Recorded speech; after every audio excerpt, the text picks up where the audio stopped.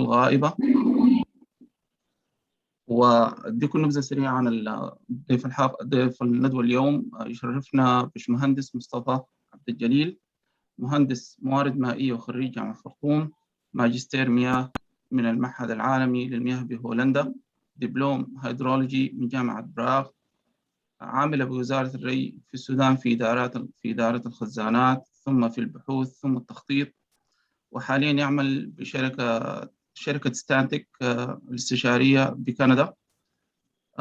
نبذة سريعة عن الموضوع اليوم: سد النهضة والحقيقة الغائبة.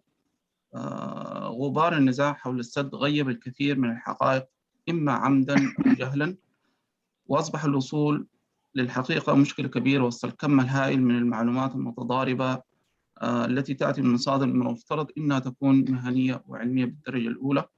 لا بد من موقف وطني موحد من القضايا الهامة مثل سد النهضة، ولا يمكن توحيد الموقف إلا من خلال الحقائق المسنودة مهنيا وعلميا. والحديث اليوم هو محاولة السير في طريق الموقف الوطني الموحد من خلال قراءة هادئة في ملف السد.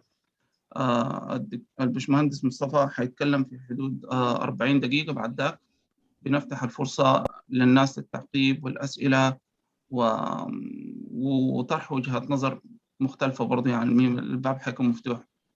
فإذا ممكن الأخت سناء اللي هي عضو اللجنة التنفيذية تساعدني إنه تعمل ميوت لكل الناس عدا المتحدث إن أمكن، يعني عشان نديه الفرصة إن شاء الله. وباشمهندس مصطفى أديك الفرصة تبدأ بإذن الله. السلام عليكم، وسعيد جدا بالتحدث إلى هذه النخبة الكريمة من السودانيين المهتمين بالقضايا الوطنية وحتى هم في خارج الوطن.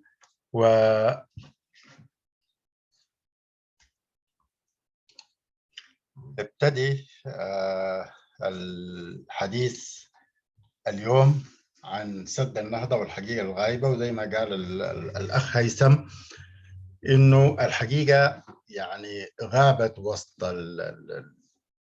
الغبار الكثيف من المعلومات المتضاربة، ولا بد من إنه الناس يكون عندهم موقف موحد تجاه قضية كبيرة زي دي. وعشان يكون الموقف موحد لا بد إنه يعني الحقائق تكون ثابتة ومبنية على معلومات علمية. ويعني نبدأ في البداية بمقدمة بسيطة عن سد النهضة. سد النهضة بقع في الحدود الأثيوبية السودانية، وده السودان، ده أثيوبيا. والسد عبارة عن سد خرساني وسد آخر بيسموه سد ركامي عشان يسد فجوة بين جبلين. السد الخرساني هو السد اللي بيحتوي على البوابات وعلى المولدات الكهربائية، وده التفصيل بتاع السد الخرساني.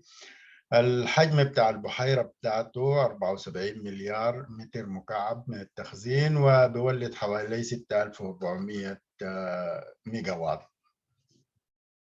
وزي ما قلنا مما ظهر الحديث عن السد، اختلفت الآراء كثير جدا بين مؤيدين السد ومعارضيه. والمتابع للأخبار السد والندوات في الوسائل الإعلام سواء العربية والأجنبية، ومن خلال المقالات اللي بتكتب في الجرائد أو في وسائل الاتصال والتواصل المختلفة، بيجد اختلافات كثيرة جدا جدا. اختلافات في قضايا يعني أساسية. ما في أي قضية بتخص السد إلا وظهر فيها اختلافات وتباين كبير جدا جدا. ونتمنى إنه يعني في خلال الفترة الجاية عشان يتوحد الموقف السوداني إنه نزيل الاختلاف ده، وإنه الحقيقة تكون واضحة. ولا بد لوزارة الري إنها تلعب يعني دور مهم ودور قوي في العملية بتاعة توحيد الرأي، بأنها تظهر المعلومات الحقيقية المبنية على الدراسات بتاعتها وعلى المتخصصين، لأنه هي الوزارة اللي بتمتلك أكبر قدر من المعلومات، هي الوزارة اللي داخلة أكبر كمية من المتخصصين، ويمتلكوا الوسائل اللي بتمكن الوزارة من إنها تدرس كل المتعلقات بسد النهضة، وتقدر تدينا الحقائق اللي نقدر نمشي عليها. فأتمنى إنه في الفترة الجاية موقف وزارة الري يكون يعني أكثر تواصلا وأكثر وضوحا. وفي الفترة اللي فاتت كثير كنا بنسمع من الوزارة إنه يعني ما بتقدر تصرح بكل المعلومات عشان ما تأثر على الموقف التفاوضي، وأنا بفتكر إنه ده يعني مبرر غير مقبول. ويعني إحنا في عهد ديمقراطي يتطلب إنه يكون في شفافية، وإنه المواطن يعني يكون شريك في اتخاذ القرار في مثل هذه المواقف الوطنية والمحطات الوطنية المهمة. ندخل في المعلومات، مجموعة من المعلومات اللي بيختلفوا فيها الآراء. هبتدي أسردها واحد ورا الثاني واشوف الاراء المعارضه للسد بتقول شنو، الاراء المؤيده للسد بتقول شنو، واذا كان عندي اي تحليل بوضحه للحضور. الحاجه الاولى هي حجم السد 74 مليار متر مكعب. هل فعلا اثيوبيا تحتاج للسد بهذا الحجم على الحدود السودانيه؟ وكثير من الناس بيقولوا إنه السد أكبر كثير جدا مما يتطلبه المشروع التوليد كهرباء بقدر 6400 ميجاوات. وأنا يعني رأيي الشخصي إنه فعلا يعني السد أكبر من ما يتطلبه المشروع بتاع إنتاج 6400 ميجا وات. ما عندي دليل على الحاجة دي، لكن بفتكر إنه الغبن التاريخي والظلم اللي تعرضت له أثيوبيا أثر في قراراتها وخلاها دائما تجنح للتطرف في بعض القرارات. وعشان نقدر نلم بالمعلومات حول هذا الموضوع وحول بداية سد النهضة، نبدأ من البداية. من وين بدأ سد النهضة؟ البداية كانت سنة 1954 لما السودان ومصر قرروا أنه يتفاوضوا لتقسيم مياه النيل بيناتهم. أثيوبيا طلبت أنها تكون جزء من هذه المفاوضات لأنها يعني هي المصدر ل 85% من مياه النيل، بالإضافة إلى أنها عندها متطلبات مستقبلية. أيوة في الوقت ذاك ما كان عندها متطلبات، لكن حسب رؤيتهم المستقبلية أن أثيوبيا عندها متطلبات. للأسف الطلب بتاع أثيوبيا يعني قوبل بالرفض والتجاهل، واتفق الدولتان مصر والسودان سنة 1959. وبمجرد اتفاقهم أثيوبيا قدمت احتجاج لدى مجلس الأمن وثبتت الموقف بتاعه وإنها بتحتاج المياه، وفي نفس الوقت لجأت لأمريكا عشان تعد لها دراسة شاملة لتنمية الموارد المائية بحوض النيل. أمريكا في الوقت ذاك كانت مطرودة من مصر وحلت محلها الاتحاد السوفيتي، وده كان برضو يعني سبب عشان أمريكا تتحمس لمساعدة أثيوبيا، وفعلا قامت ب إرسال وفد فني كبير جدا من مكتب الاستصلاح الأمريكي، وقام الوفد بدراسة شاملة لكل المشاريع لتنمية الموارد المائية بحوض النيل بأثيوبيا. استمرت الدراسة تقريبا لفترة 6 سنوات، وصدر التقرير النهائي بتاعه سنة 1964 متضمن 33 مشروع. والدراسة الحقيقة كانت دراسة من الناحية الفنية دراسة متميزة جدا. ومن ضمن المشاريع اللي اقترحتها 4 سدود على النيل الأزرق قريبة من الحدود السودانية، وأقربها سد اسمه سد الحدود بحجم 11 مليار متر مكعب عشان يولد 2000 ميجاوات من الطاقة. وأثيوبيا ما كان عندها الاحتياج في ذلك الوقت، وما كان عندها القدرة إنها تنفذ السد. لكن أثيوبيا وجدت الفرصة لما دول حوض النيل سنة 2000 اتحدت وعملت ما يسمى بمبادرة حوض النيل. ومبادرة حوض النيل وجدت الدعم والقبول من معظم دول العالم، بالذات الدول الكبرى ومؤسسات التمويل، وكانوا بيشجعوا لقيام هذه المبادرة عشان ما يكون في صراع بين الدول الحوض النيل، وإنما يكون في تعاون ويكون في إدارة تعاونية للحوض ومشاركة في المنفعة بدل تقاسم المياه. ومن ضمن المشاريع اللي كانت في مبادرة حوض النيل ما يسمى بمشروع تجارة الطاقة، والمشروع وجد الدعم ووجد التمويل من مؤسسات التمويل العالمية، وبتضمن الأربع سدود اللي قلناها اللي هي اقترحها مكتب الاستصلاح الأمريكي، ومن ضمنها أول واحد فيها هو سد الحدود وبحجم 11 مليار متر مكعب.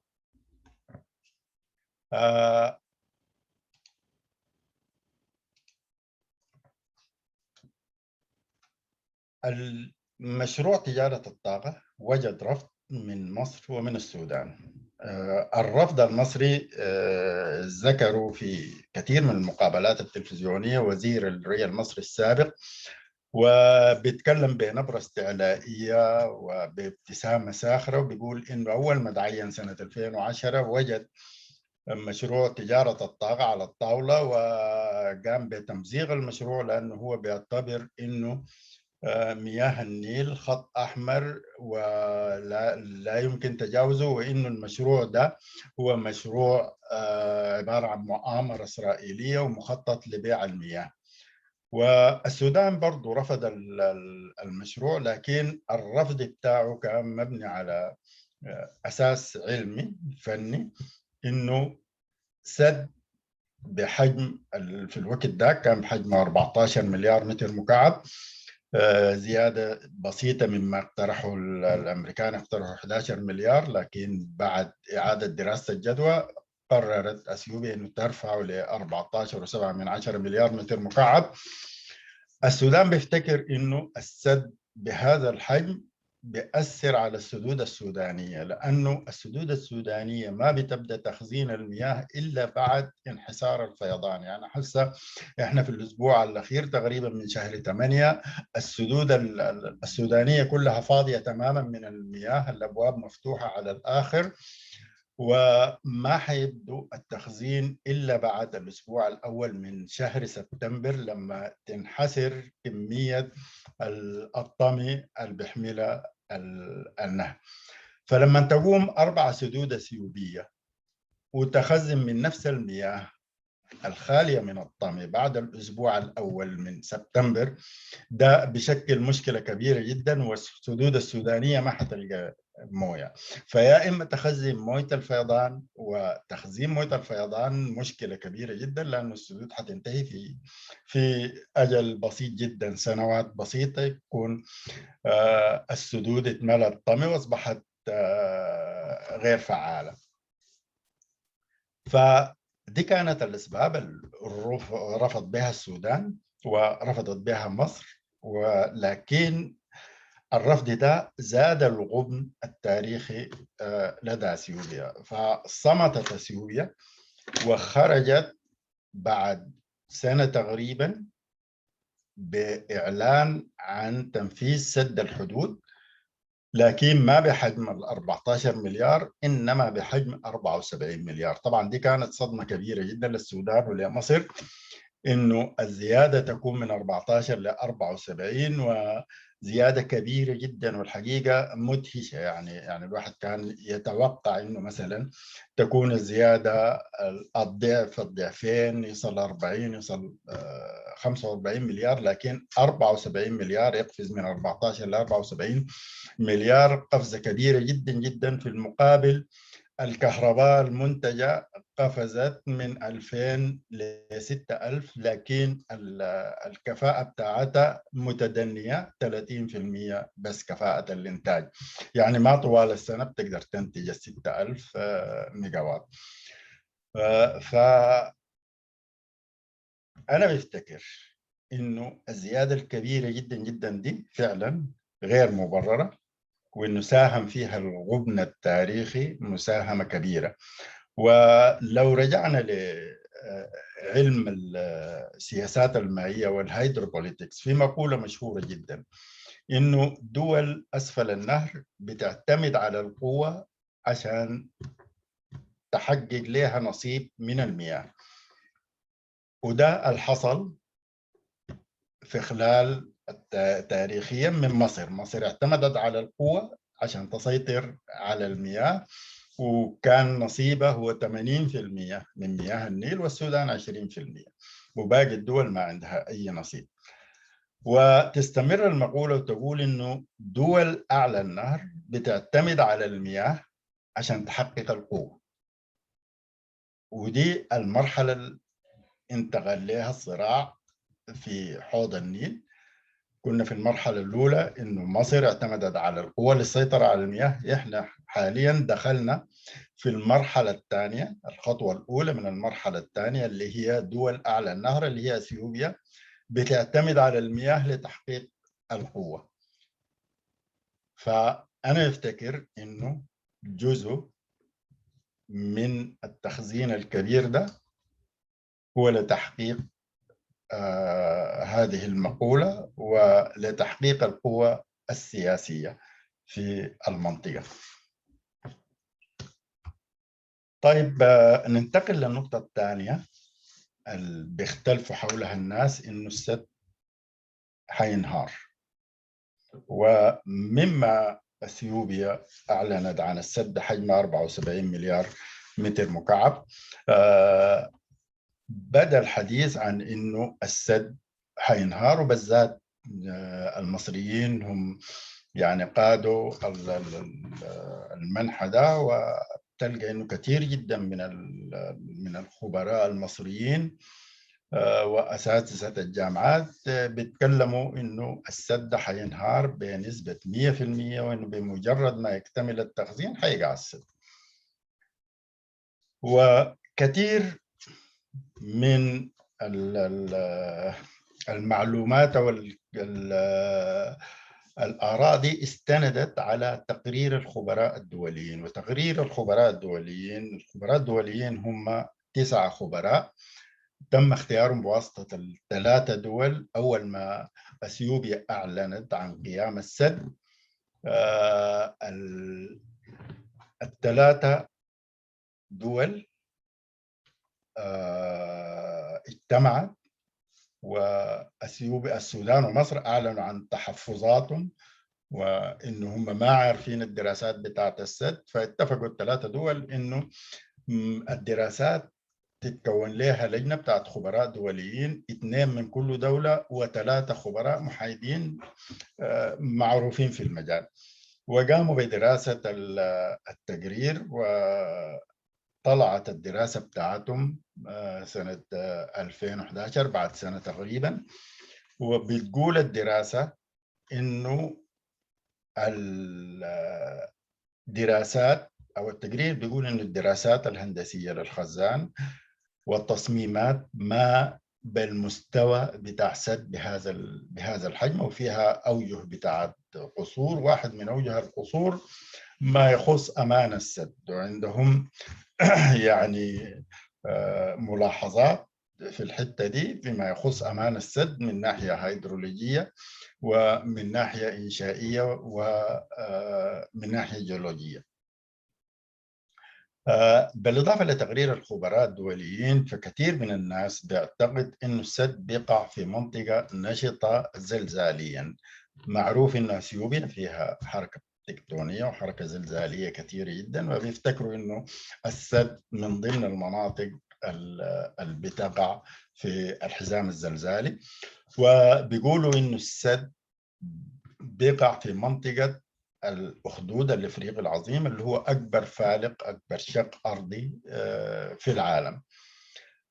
وبيقولوا إنه السد بيقام على تربة بركانية هشة سهلة التفتيت وغير مناسبة لأنها تتحمل سد بهذا الحجم وهذا الوزن، وإنه في كهوف عميقة أثبتت الدراسات وموجود في تقرير الخبراء الدوليين إنه في كهوف عميقة أسفل الموقع اللي حيقوم عليه السد الركامي. قلنا هو السد النهضة بيتكون من سدين، سد خرساني وسد ترابي أو ركامي. فالسد الركامي تحت الأساسات بتاعته في كهوف عميقة جدا تحت الأرض.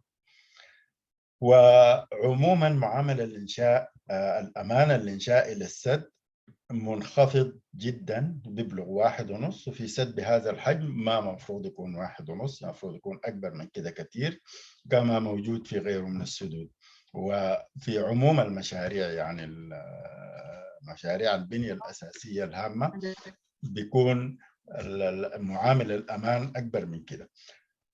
بالإضافة إلى أنه كثير من الناس بيقول أنه المشروع ما في استشاري مشرف على المقاول، وبالتالي المقاول ما في جهة بتتأكد من أنه تنفيذه تم على أكمل وجه وبالصورة المطلوبة لسد بهذا الحجم. بالإضافة إلى أنه حسب تقرير الخبراء الدوليين انه السد اساسا التصميمات الهندسيه بتاعته ما مستوفيه الشروط، وانها اقل من المطلوب لسد هذا الحجم. فبالتالي لما يكون التصميمات غير مستوفيه للشروط ويكون ما في استشاري عشان حتى التصميمات الغير مستوفيه دي يتاكدوا من انها بتتم تنفيذها بصوره كويسه، فبالتالي في شكوك كبيره جدا حول أمان السد. ده باختصار الناس اللي بيقفوا خلف الرأي إنه السد حينهار سواء جزئيا أو كليا. ونشوف الرأي الآخر اللي فيه برد الطرف الآخر على مقولة انهيار السد. أول حاجة تقرير الخبراء اللي اعتمدوا عليه كثير من الناس في إنه يصلوا للنتيجة إنه السد حينهار. تقرير الخبراء ده اعتمد على حاجة اسمها التصميم التصوري أو الكونسبشوال ديزاين، وده التصميم اللي كان متاح لما لجنة الخبراء بدأت العمل بتاعه. وهنا لابد من خلفية بسيطة جدا عن إنه ليه التصميم التصوري، لأنه سد النهضة نوع التعاقد اللي فيه تم بين الحكومة الأثيوبية والمقاول هو نوع من التعاقد يسمى ال EPC contract، ال Engineering Procurement Construction Contract. في النوع ده من التعاقد يعني الدراسات الهندسية بتكون في مرحلة أولية بنسميها الريفرنس كونسبشوال ديزاين، ودي اللي بيتم فيها من خلال التعاقد مع المقاول. احنا اعتدنا في السودان انه تكتمل التصميمات الهندسية، ولما يتم التعاقد مع المقاول بعد ذاك ما في تصميم إضافي، ما في دراسات إضافية، تكون المرحلة بتاعت التصميم بتاعت الدراسات انتهت. لكن في الاي بي سي كونتراكت ابدا، التعاقد بيتم على تصميم تصوري اللي هو احنا بنسميه 10% ديزاين، يعني لسه 90% من الديزاين ما تم. المقاول بيقوم بتعيين استشاري، وهو ما فعله المقاول. الحكومة الأثيوبية تعاقدت مع شركة اسمها ستاليني إمبرجيلو، هم شركتين اتحدوا مع بعض، شركة ستاليني وشركة إمبرجيلو، وشركتين من أكبر الشركات في العالم. إمبرجيلو بالذات اشتغلت في السودان، اشتغلت سد الروسيرس في الستينات يعني، ولها حضور في السودان كبير، وشركة معروفة، وستالين شركة معروفة. فقاموا بتحديد مكتب استشاري إيطالي اسمه استوديو عشان يقوم بتكملة التصميم، من تصميم تصوري إلى تصميم تفصيلي نهائي قابل للتنفيذ. في نفس الوقت الحكومة الأثيوبية قامت بتحديد استشاري. الاستشاري مهمته انه يراجع التصميمات التفصيليه اللي بيقوم بها المقاول، ومهمته بعد ذاك يقوم بالاشراف على العمل التنفيذي. واختارت كونسورتيوم من 3 شركات من اكبر الشركات العالميه، شركة كوين بالغة الفرنسية، ودي شركة كبيرة جدا ولها يعني، هي صممت سد الروسيرس واشتغلت في السودان شغل كثير جدا، ولا زالت يعني فترة طويلة من الزمن بتشتغل في السودان وفي كل العالم. شركة معروفة كبيرة جدا. وشركة الأميرة الألمانية شركة كبيرة ومعروفة. وفي شركة بلجيكية ثالثة ما بيستحضر اسمها، لكن الشركات ال3 دي اتحدت وهي أصبحت المستشار والمشرف على المشروع والمشرف على تكملة التصميمات التفصيلية. ولما اكتملت التصميمات التفصيلية بإشراف المستشارين، قاموا بمعالجة كل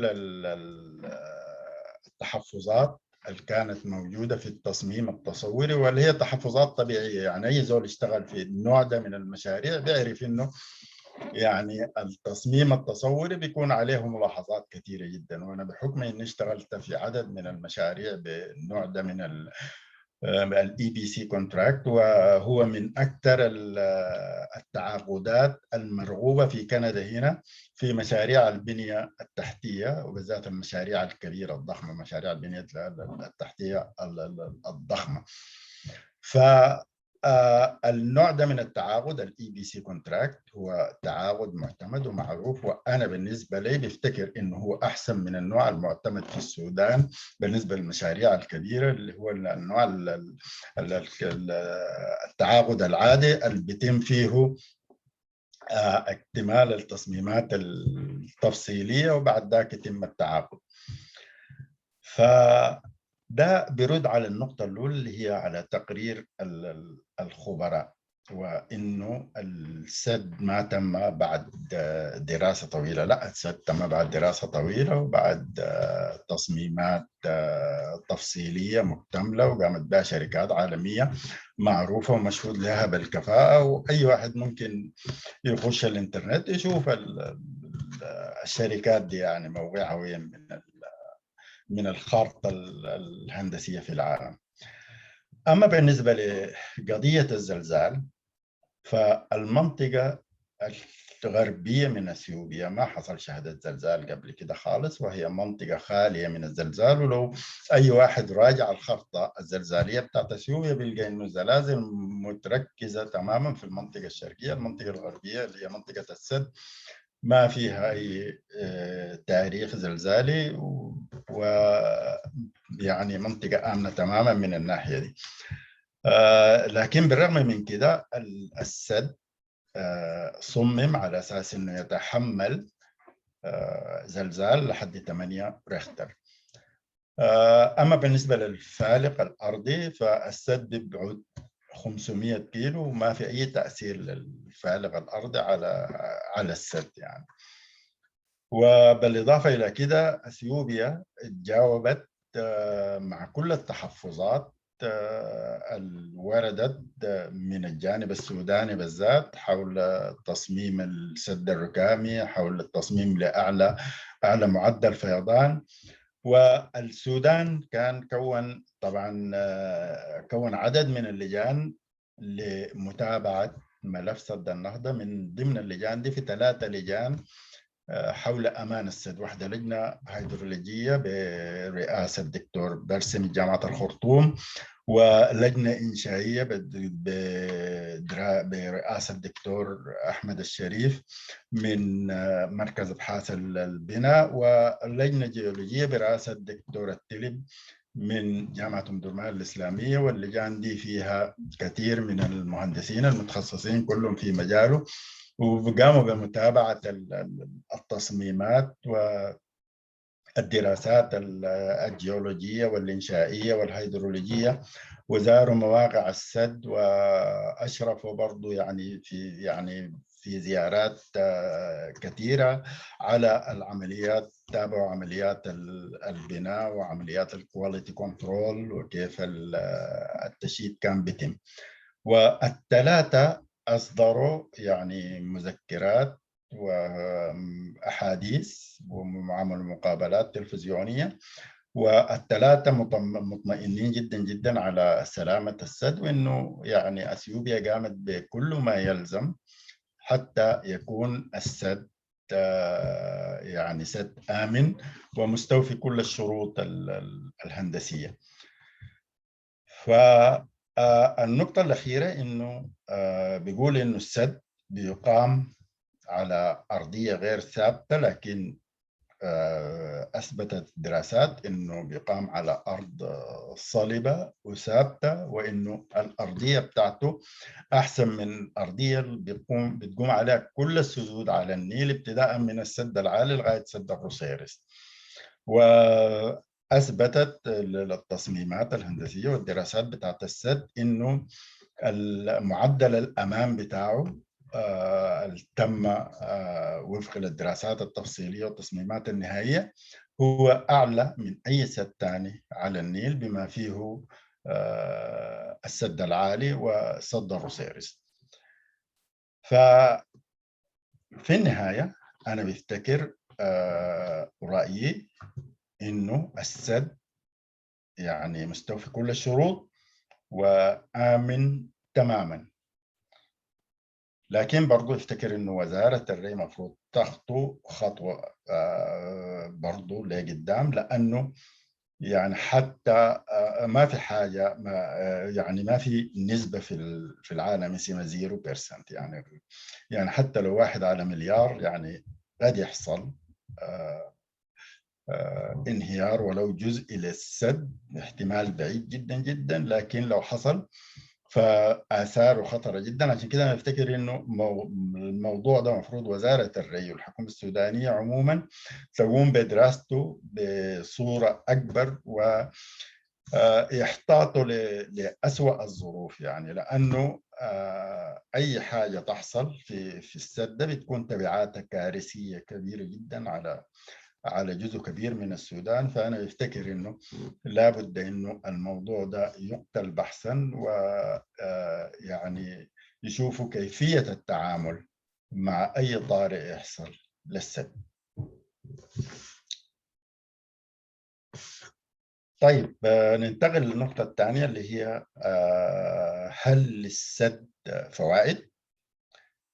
أيوة، سد النهضة عنده فوائد كثيرة جدا للسودان، وأول هذه الفوائد هي التدفق المنتظم للمياه. زي ما شايفين هنا في الرسم التحت دي إنه ده الجريان بتاع النيل الأزرق في وضعه الطبيعي الحالي. بعد السد حيكون الجريان تقريبا خط مستقيم، حتكون نفس الكمية كل يوم، صيف شتاء ما في أي فرق. يعني الأوقات ما بيكون عندنا فيها موية خالص من يناير لحد مايو تقريبا، دي حيكون عندنا فيها موية كافية. الأوقات اللي بيكون عندنا فيها فيضان عنيف ما حيكون عندنا فيضان، حيكون عندنا تقريبا نفس الإيراد اليومي طوال السنة. طبعا ما ثابت، يعني هو بقدر ب 150 مليون متر مكعب، لكن ممكن يزيد وينقص حسب ضرورة التوليد الكهربائي. ممكن يزيد يبقى 170 ينقص ل 120، لكن المهم في النهاية في الحدود المعقولة حول ال 150 مليون متر مكعب. أي تغيير يحصل، شوية زيادة شوية نقصان، ممكن يتعوض من السدود السودانية، لأن السدود السودانية ما حتحتاج لأنها تستخدم المياه المخزنة عندها بصورة كبيرة زي ما حاصل هسه. فالتدفق المنتظم ده حيؤدي لشنو؟ حيؤدي أولا لزيادة توليد الطاقة في السدود بتاعت الرصير السنار ومروي من غير أي استثمار، بتزيد بحوالي 20% أو 25%. لكن إذا استثمرنا شوية وغيرنا في التوربينات ممكن الزيادة تقفز ل 40%، وممكن نزيد أكثر بأنه تتعمل توربينات إضافية. يعني بدل مثلا يكون عندنا 4 توربينات يكون عندنا 8 توربينات، وبالتالي ممكن الزيادة تصل ل 150%. فأنا أفتكر إنه دي فائدة كبيرة جدا جدا، يعني باستثمار بسيطة وحتى من غير استثمار الفائدة دي بتكون موجودة.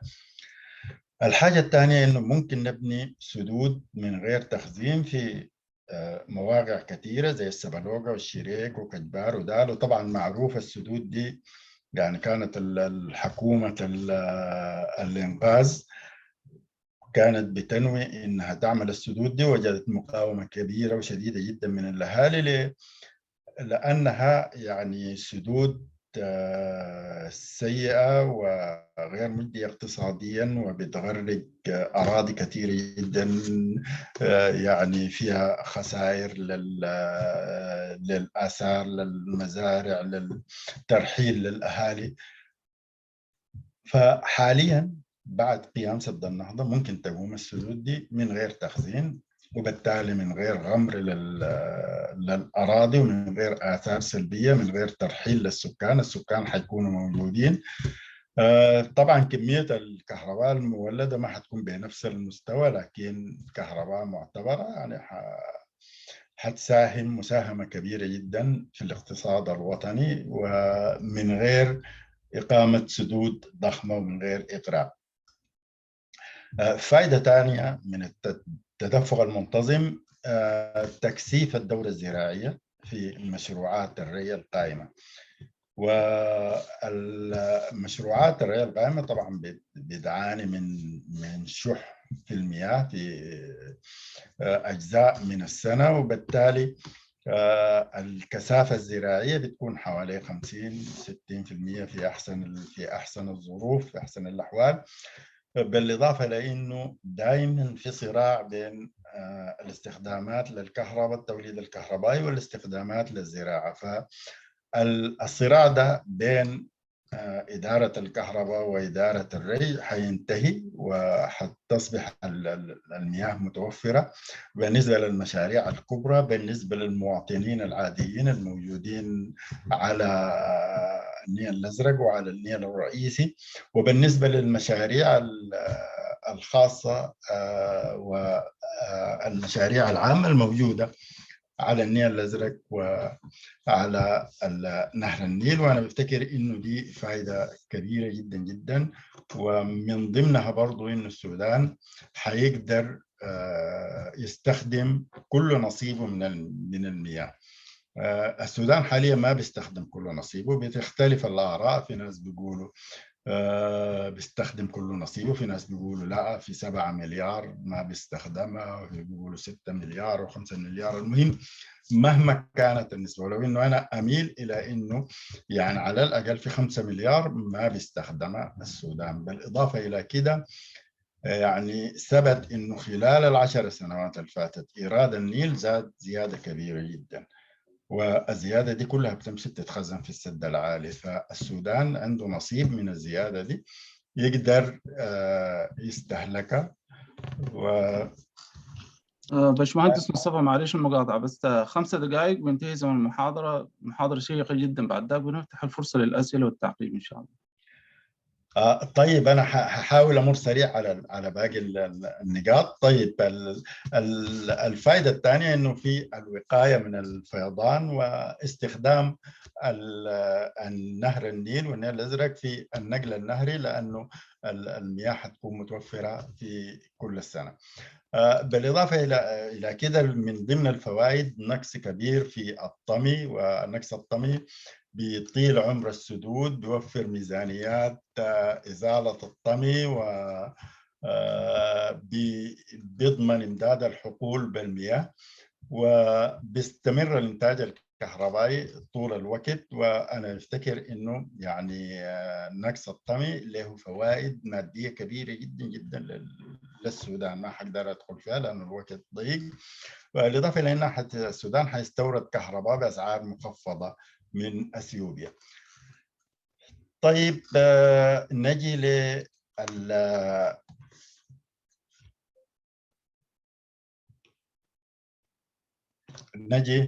للسلبيات بتاعت السد النهضة. أول حاجة إنه في انخفاض في واردات المياه، حيكون انخفاض كبير في فترة الملء، وانخفاض بسيط في بعد اكتمال الملء. وبرضه السماد الطبيعي اللي كان بيصلح حينقص بشكل كبير جدا جدا، ولا بد من تعويضه باستخدام سماد صناعي. في تغييرات حتكون في مجرى النهر بما يسمى بمشاكل التعرية والترسيب والنحر والهدام. وبالإضافة إلى كده في مشكلة بتاعت إنه تغذية الأحواض الفيضية، اللي هي زراعة الأحواض الفيضية زي حوض السليم والعفاض وزراعة الجروف حتنقص نقصان كبير وحتتأثر.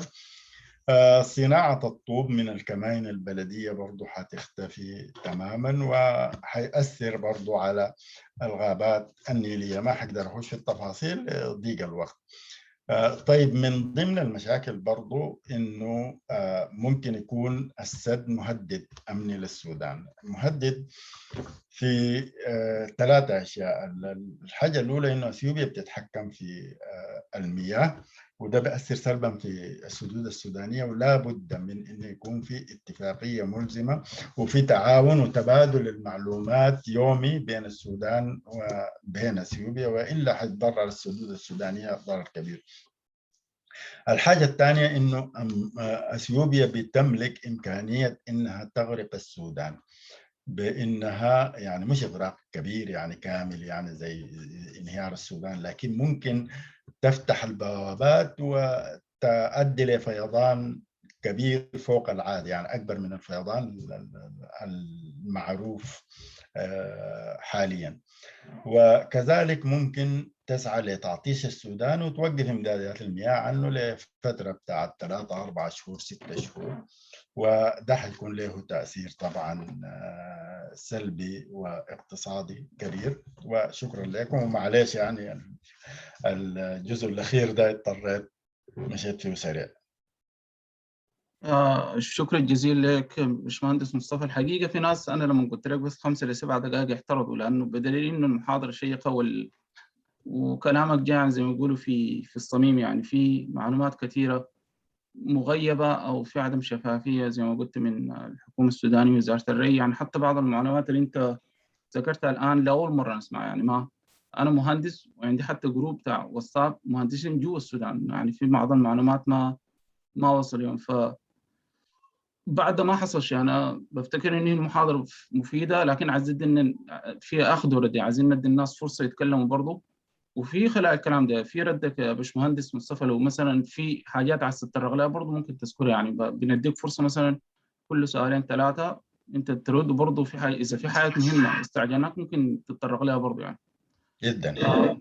حاجة سريعة للناس اللي جو متأخرين، يعني بس كنقطة تنظيمية، إنه المحاضرة هتكون مسجلة في الفيسبوك، فأي زول مثلا بعد 10 دقائق 15 دقيقة بعد ذاك ممكن يرجع يراجع يشوف المعلومات اللي ما قدر يلحق يعني في بداية الندوة.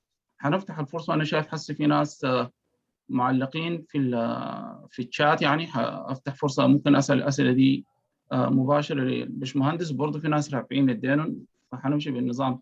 أهم حاجة الناس بنديهم فرصة بس دقيقتين لا أكثر، يعني إذا الزول يتعدى دقيقتين ممكن نديه نص دقيقة و30 ثانية، بعد ذاك حنضطر نقفل ونودي لزول ثاني، من باب إنه شنو يعني توزيع عادل للفرص، وفي الغالب حندي زول فرصة واحدة يعني. لأنه الموضوع شيق والبشمهندس يعني هبش وتر حساس زي ما يقول يعني. alright. الآن بدون ما نأخر ونتكلم كثير، أنا بس أشوف الشات. أول حاجة في الشات باشمهندس مصطفى في سؤالين هنا. السؤال الأول اللي هو بالذات في فترة التشغيل، ما الذي يضمن أن أثيوبيا سوف تحافظ على تدفق ثابت للنيل؟ ده السؤال الأول. ما الذي يضمن أن أثيوبيا تحافظ على تدفق ثابت للنيل؟ السؤال الثاني بديك لنا سؤالين بعدك تجاوب عليهم أو تدي تعقيبك. اللي هو كلمتنا عن الفوائد للسودان بخصوص تكلمت عن الفوائد للسودان كويس، بخصوص مصر ليه الحملة الشعواء على السد وما هي تأثيراتها على المصريين؟ كويس، اديك الفرصة يا باشمهندس مصطفى، ثاني بنفتح فرصة لأسئلة ثانية إن شاء الله. طيب بخصوص السؤال الأول، إيه هل ممكن يمنع اثيوبيا إنها ما تتلاعب في كمية المياه اللي بتجي السودان؟ ما في حاجة، ما في قوة ممكن تمنعها. بيمنع التعاون بين السودان ومصر، وفي مجال بين السودان واثيوبيا، وفي مجالات كثيرة جدا بتاعت تعاون بين البلدين. يعني ما في سبب يخلي اثيوبيا تلجأ لإجراء يعني ظالم على السودان إلا إذا كان العلاقة بين البلدين سيئة. فأنا بفتكر إنه يعني في مجالات كثيرة جدا للتعاون، وفي مبادرة حوض النيل أساسا بنيت على كده، بنيت على أساس إنه تخلق تعاون بين دول حوض النيل كلها 11 دولة، وإنه يكون التعاون وتقاسم منافع من استخدام المياه أكثر من إنه يكون في محاصصة وتقسيم للمياه. فالسودان ممكن يستورد الكهرباء من اثيوبيا مثلا، وممكن يصدر لها اثيوبيا، ما عندها اراضي، ممكن السودان يصدر لها يعني باسعار تفضيليه، زي ما اثيوبيا بتديه كهرباء باسعار تفضيليه، ممكن يصدر لها منتجات زراعيه باسعار تفضيليه. اثيوبيا ما عندها يعني نافذه على البحر، ممكن يكون السودان هو نافذتها. يعني في اوجه بتاع التعاون كثيره جدا، ويعني ما في اي حاجه ممكن تامن الوصول المياه بصوره منتظمه الا خلق تعاون وخلق ارتباط وحاجه اثيوبيه للتعاون مع السودان. ده بالنسبه للسؤال الاول. السؤال الثاني، ما هو تأثير السد على مصر؟ وليه مصر يعني صوتها عالي جدا في السد؟ أنا أفتكر إنه يعني في سببين. مصر يعني حتفقد كمية من المياه طبعا في فترة ملء السد. جزء من المياه اللي بتحجز في سد النهضة حيتم أخذها من السد العالي في سيناء، وبالتالي هينقص مستوى المياه في السد العالي. لكن أنا أفتكر إنه يعني ده ما مشكلة كبيرة بالنسبة لمصر، لأنه أساسا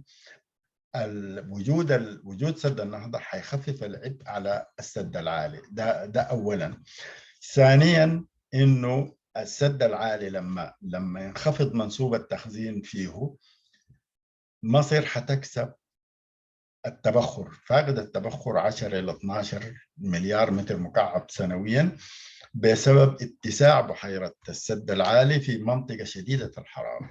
فممكن يتم خفض التخزين، بدل ما يكون 165 مليار متر مكعب ممكن يكون 130 مليار متر مكعب مثلا، وبالتالي مصر توفر جزء من التبخر، توفر 5 مليار متر مكعب ممكن يكون مساهمة بالنسبة لها في سد احتياجاتها المائية. مصر كانت بتعتمد على زمان على السد العالي في التوليد الكهربائي. حاليا السد العالي ما بيشكل ولا 2% من احتياجات مصر الكهربائية، واحتياجات مصر الكهربائية مؤمنة تماما حتى من غير السد العالي. فأنا أفتكر إنه التخوفات المصرية أغلبها يعني جاية من النظرة الاستعلائية والحاجة بتاعت المصريين، وإنه المياه حقتهم، وإنه السودان وأثيوبيا يعني هم أقل من مصر، وبالتالي لا يستحقوا نفس ما يستحقه المصريون. السبب الثاني إنه مصر بتحاول بتخلق زوبعة وتدعي آثار سلبية ومدمرة كبيرة جدا غير موجودة في الحقيقة، على أساس إنه تكسب مكاسب. المكسب الجاري وراه مصر إنه يتم تنفيذ مشروعات زيادة إيراد النيل، وهي بتضغط يعني من خلال سد النهضة لأنه يتم تحقيق قناة جنقلي، وفي مشاريع داخل اثيوبيا في مستنقعات مشار، فعايزه تزيد ايراد النيل باكبر ما يمكن، وعايزه تدخل مجلس الامن والقوى الدوليه على اساس انه يقدروا يضمنوا لها، وانه من خرار الصراخ والعويل انه هي حتفقد، وانه هي تحت خط الفقر المائي، وفي 10 مليون مزارع حيشردوا كل الموال ده القصد منه انه تتنفذ مشاريع زياده ايراد النيل. وانا بفتكر انه المشاريع دي بصورتها الحاليه مع وجود اتفاق مياه النيل وانه 50% منها تمشي لمصر، انا افتكر ده فيه ظلم كبير جدا على السودان، وانه السودان مفروض ما يدخل في هذا التوجه مع مصر. alright. شكرا باشمهندس مصطفى. بفتح فرصة ثانية، عندي ناس رافعين يدينهم، الأخ عثمان بخيت والأخ ناظم إبراهيم والأخ أيمن حاج الصافي. حنبدأ بالأخ عثمان بخيت. if you can unmute yourself وممكن تسأل سؤال مدة دقيقتين لا أكثر. تفضل. سؤالي عن الأمان. في السيناريو بتاع لو السد انهار جزئيا، يعني الرياكشن الدمار بيحصل انستنتلي فورا ولا بياخد فترة أسابيع شهور شيء ده؟ أوكي. ثانيا في سؤال عن الأمان. أنا بتذكر في واحد اسمه مهندس إبراهيم الخناقي من بني شنغول، منظمة حقوق الإنسان، ذكر إنه في المنطقة بتاعت البحيرة دي في كهوف، أهله من زمان قال بيحفروا في الكهوف دي بيطلعوا الذهب، وبيستخدم الكهوف دي كان يخزن المحاصيل وكده. هل لا تعتقد إنه الكهوف دي في المنطقة تحت البحيرة خطر على أمان السد؟ وبعدين أسألك سؤال أخير سريع كده. أفتكر إنه حصل نشاط بركاني قبل كده بين إريتريا وإثيوبيا والسودان. هل النشاط البركاني ده يعني بعيد من منطقة السد؟ شكرا جزيلا. كويس، شكرا أخونا عثمان. ما شاء الله 3 أسئلة في سؤال واحد. ندي فرصة لأخونا ناظم إبراهيم، بعد ذاك نفتح المجال للمهندس مصطفى عشان ما نكتر الأسئلة يعني. أخونا ناظم if you can unmute yourself. شكرا جزيلا باشمهندس هيثم، شكرا جزيلا مهندس مصطفى عبد الجليل للمحاضرة الغيمة والزمن اللي اديتنا له. الحقيقة عندي كم سؤال هيختصرون في أقل من دقيقتين. السؤال الأول، الهدف الأساسي للسد هل هو توليد الكهرباء؟ وفي عندي سؤال لكن الجواب عليه انه الجدل اللي عملاه مصر، والجدل ده يعني الرقعة الزراعية المصرية ممكن تتأثر بالحاجة دي. وفي سؤال ثاني، انه هل الاتفاقية منصفة للدول الثلاثة؟ والسؤال الأخير، ماذا يعني الملأ الثاني لسد النهضة؟ شكرا جزيلا. مشكور ناظم. باشمهندس مصطفى اديك الفرصة للأسئلة بتاعت عثمان وناظم.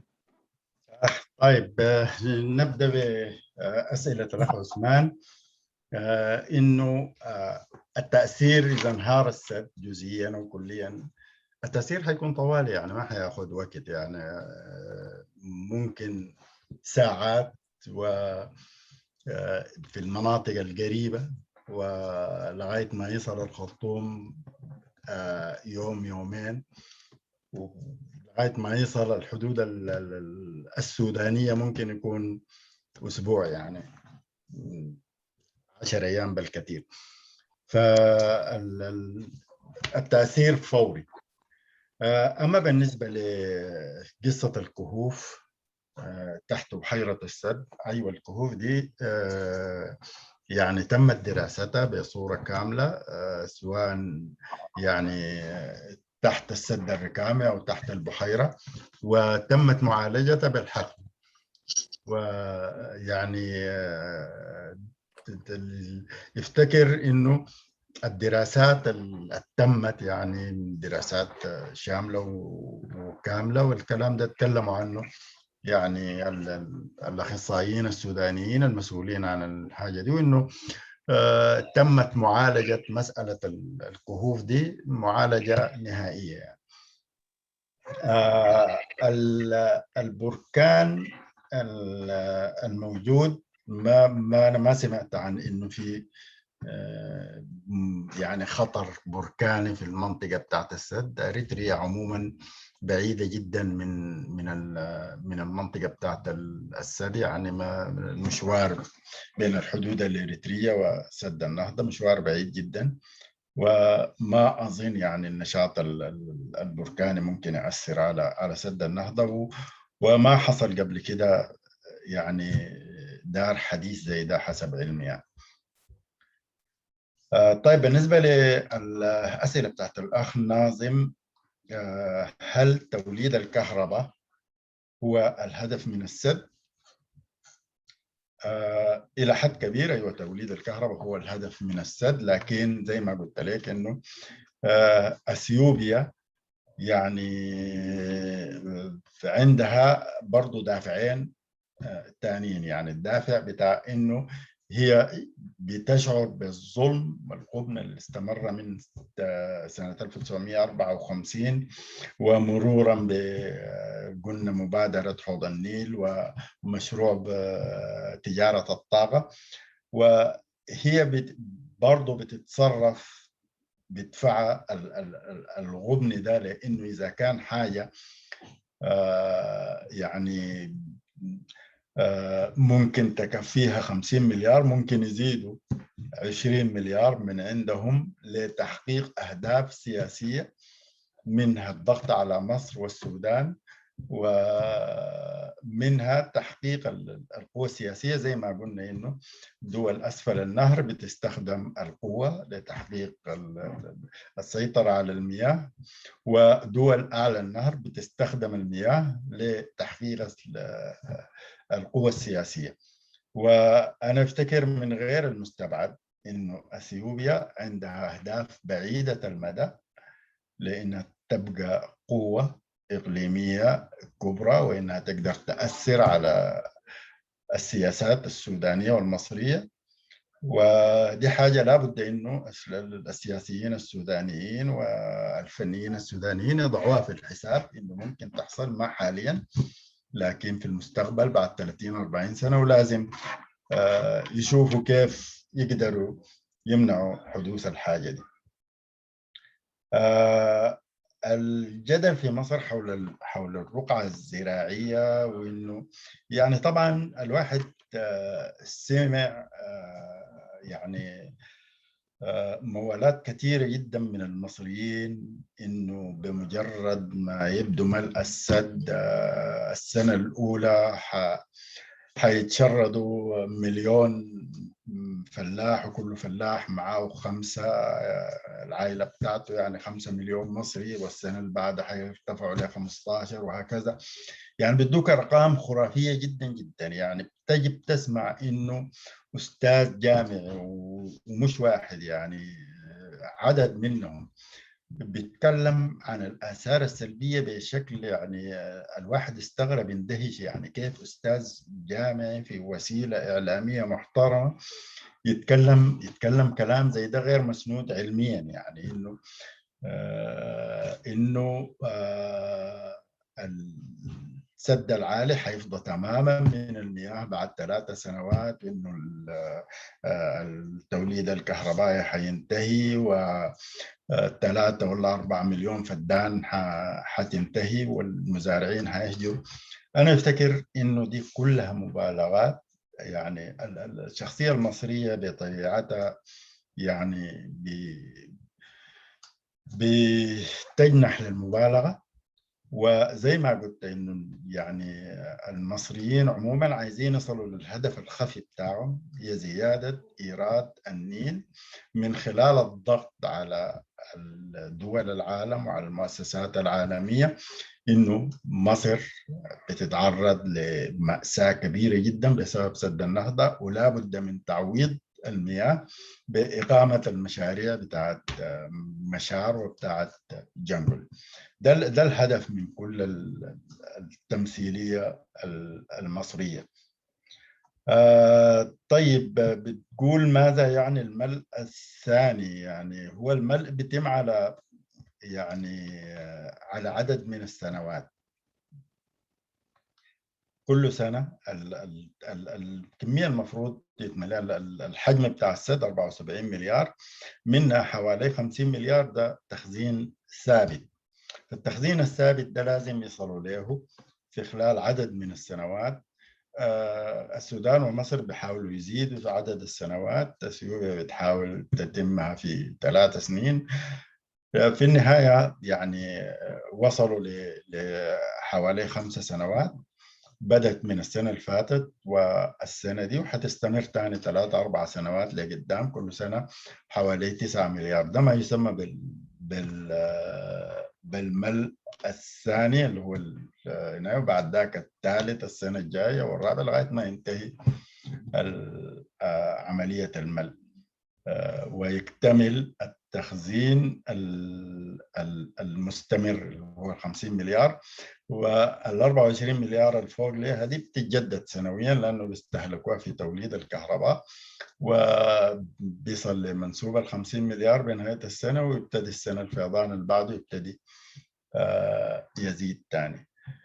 السؤال بتاعك يا أخ ناظم عن الاتفاق ما فهمته. يعني المقصود أي اتفاق أنت بتقصده؟ إنه الاتفاق إذا كان مش حيفه ما عرفت هذا الاتفاق، فيا ريت يعني توضح. بنديه فرصة ثانية إن شاء الله. ممكن نرجع أوكي. بعد ما نفتح الفرصة لباقي الناس، ممكن نرجع ثاني للأخ ناظم، أو الأخ ناظم ممكن نوضحها كتابة برضه في الشات عشان نرجع لها ثاني النقطة دي. مشكور باشمهندس وكل المتداخلين. الآن عايز أفتح الفرصة لباشمهندس أيمن حاج الصافي ودكتور عبد الرحمن عبد الغيوم وباشمهندس عبد السلام البشرة. نبدأ بأيمن حاج الصافي. if you can unmute yourself. طيب، شكرا هيثم، وشكرا باشمهندس على المحاضرة. معلش يا هيثم لو أنا زدت شوية. أنا بس الحجم المياه بتاعت مصر والسودان عشان الناس تفهم ذاته، إنها هي كلها 84 مليار صح؟ وسد النهضة حيستخدم 74 مليار عشان بس الناس تخط إنها ليه في تخوف حاصل. سد النهضة 74 مليار، يعني احنا حنخد ترباين حتولد 6000 ميجا وات. if الباشمهندس كان correct me on that. 6000 ميجا وات دي الكاباسيتي بتاعتها، والباشمهندس ذكر انه الافشنسي بتاعتها 30 ل 40%. وعارفين ان احنا دي للمعادله بتاعت برنيرو، يعني في potential energy وفي كاينetics وفي كميه المياه، يعني الضغط بتاعت المياه اللي هي حتولد الكهرباء. فالسؤال هو انت السد النهضة ارتفاعه 1800 متر من سطح البحر، حيخطوا عاملين سوري الهضبه السوريه 1800 متر من سطح البحر. حخط الترباين سد النهضه حيتبني على بعد 500 متر من سطح البحر. يعني حتتحول بوتنشال انرجي بتاعت 1300 متر دي حتتحول لطاقه كهربائيه لما تنزل في الترباين بتاعت واغلب الترباين ناو الافشنسي بتاعتها ممكن تقول تصل لحد 90 95% الترباين الجديده دي عشان تحول لطاقه كهرباء. ففي تخوف بيحصل انه انت لما تشيل الطاقه بتاعت 1300 متر بعد ذاك حتكون زي الديد ووترز، يعني مويه ميته، يعني السلوب اللي حيندفع بيه والمويه عشان تمشي بيه لحد البحر الابيض المتوسط حيفضل كم سنتيمتر في الكيلو حيفضل. دي عشان الناس تفهمها. يعني مثلا انا بقول مثلا انت لو عندك بالونه زي البروف احمد عبد الرحمن عاقب قال الله يرحمه، لو خطيته فوق السلم وخليته تدردك من فوق من غير ما تعترضها بتمشي مسافه طويله طبعا صح، لكن لما تثبتها في النص البالونه وتفكها بعد ذاك انت هشوفها حتمشي وين. دي بس اوري انه اندفاع المياه ده حيقل بصوره انا يعني حتقل الطاقه بتاعت المياه اللي بتدفع المويه للبحر الابيض المتوسط. سؤالي للباشمهندس، هل في دراسه تمت عن الطاقه اللي حتتحول بوتنشال انرجي دي حيكون تاثيرها شنو على دفع المياه؟ لانه دي طالما المويه الدفع بتاعها قلت، هل مع مرور الزمن الضحاله بتاعت النيل حتزيد؟ هل بعد 100 سنه 50 سنه هل مع النيل احتمال يغير مجراه زي الانهار كلها غيرت مجراها؟ فانا ما شفت لحد هسه دراسه علميه حول الفقدان بتاع ال 1300 متر اللي هي حتروح كطاقه كهرباء، حتتحول طاقه بتاعت كهرباء. فما لقيت اي دراسه علميه ولا تاثير البيئي بالتحديد عليها، لانه المياه الجري بتاعها حيبقى بطيء بالنسبه لانه انت شلت منها طاقه بتاعت 1300 متر. واتمنى وصلت تمام باشمهندس. شكرا. طيب مشكور معلش قطعناك لانه بس هنا، لكن وصلت تمام بشرح دقيق. اوكي، نفتح الباب لدكتور عبد الرحمن عبد الغيوم. if you can unmute yourself. اولا شكرا جزيلا للباشمهندس مصطفى. ندوه ممتازه جدا ومتوازنه عن كل الحاجات اللي بيقراها الواحد يوميا عن سد النهضه. والشكر برضو طبعا لجاليه مينيسوتا انه قدروا يصلوا لك. الحقيقه انا عندي سؤال عن يعني للناس عموما، يعني وحتى الناس الما تكنيكال، في تقديرك اذا وضعنا فاليو ويصاينا فاليو بيز على الايكونوميك فاليو لكل واحده من المضار والفوائد بتاعت سد النهضه، تفتكر الفرق بين المضار والفوائد حيكون متساوي ولا في واحد حيكون اكثر من الثاني بدرجه كبيره؟ الثاني انا بفتكر انه، وممكن تصححني، انه الامن ومراكز القوه والاشياء دي ممكن تحل عن طريق اتفاقيات حتى مسبقه قبل ما تحصل يعني فجأة وكذا. فما بعرف ده، ودي ناحية سياسية قد تكون أكثر. وشكرا جزيلا. ألف شكر دكتور عبد الرحمن.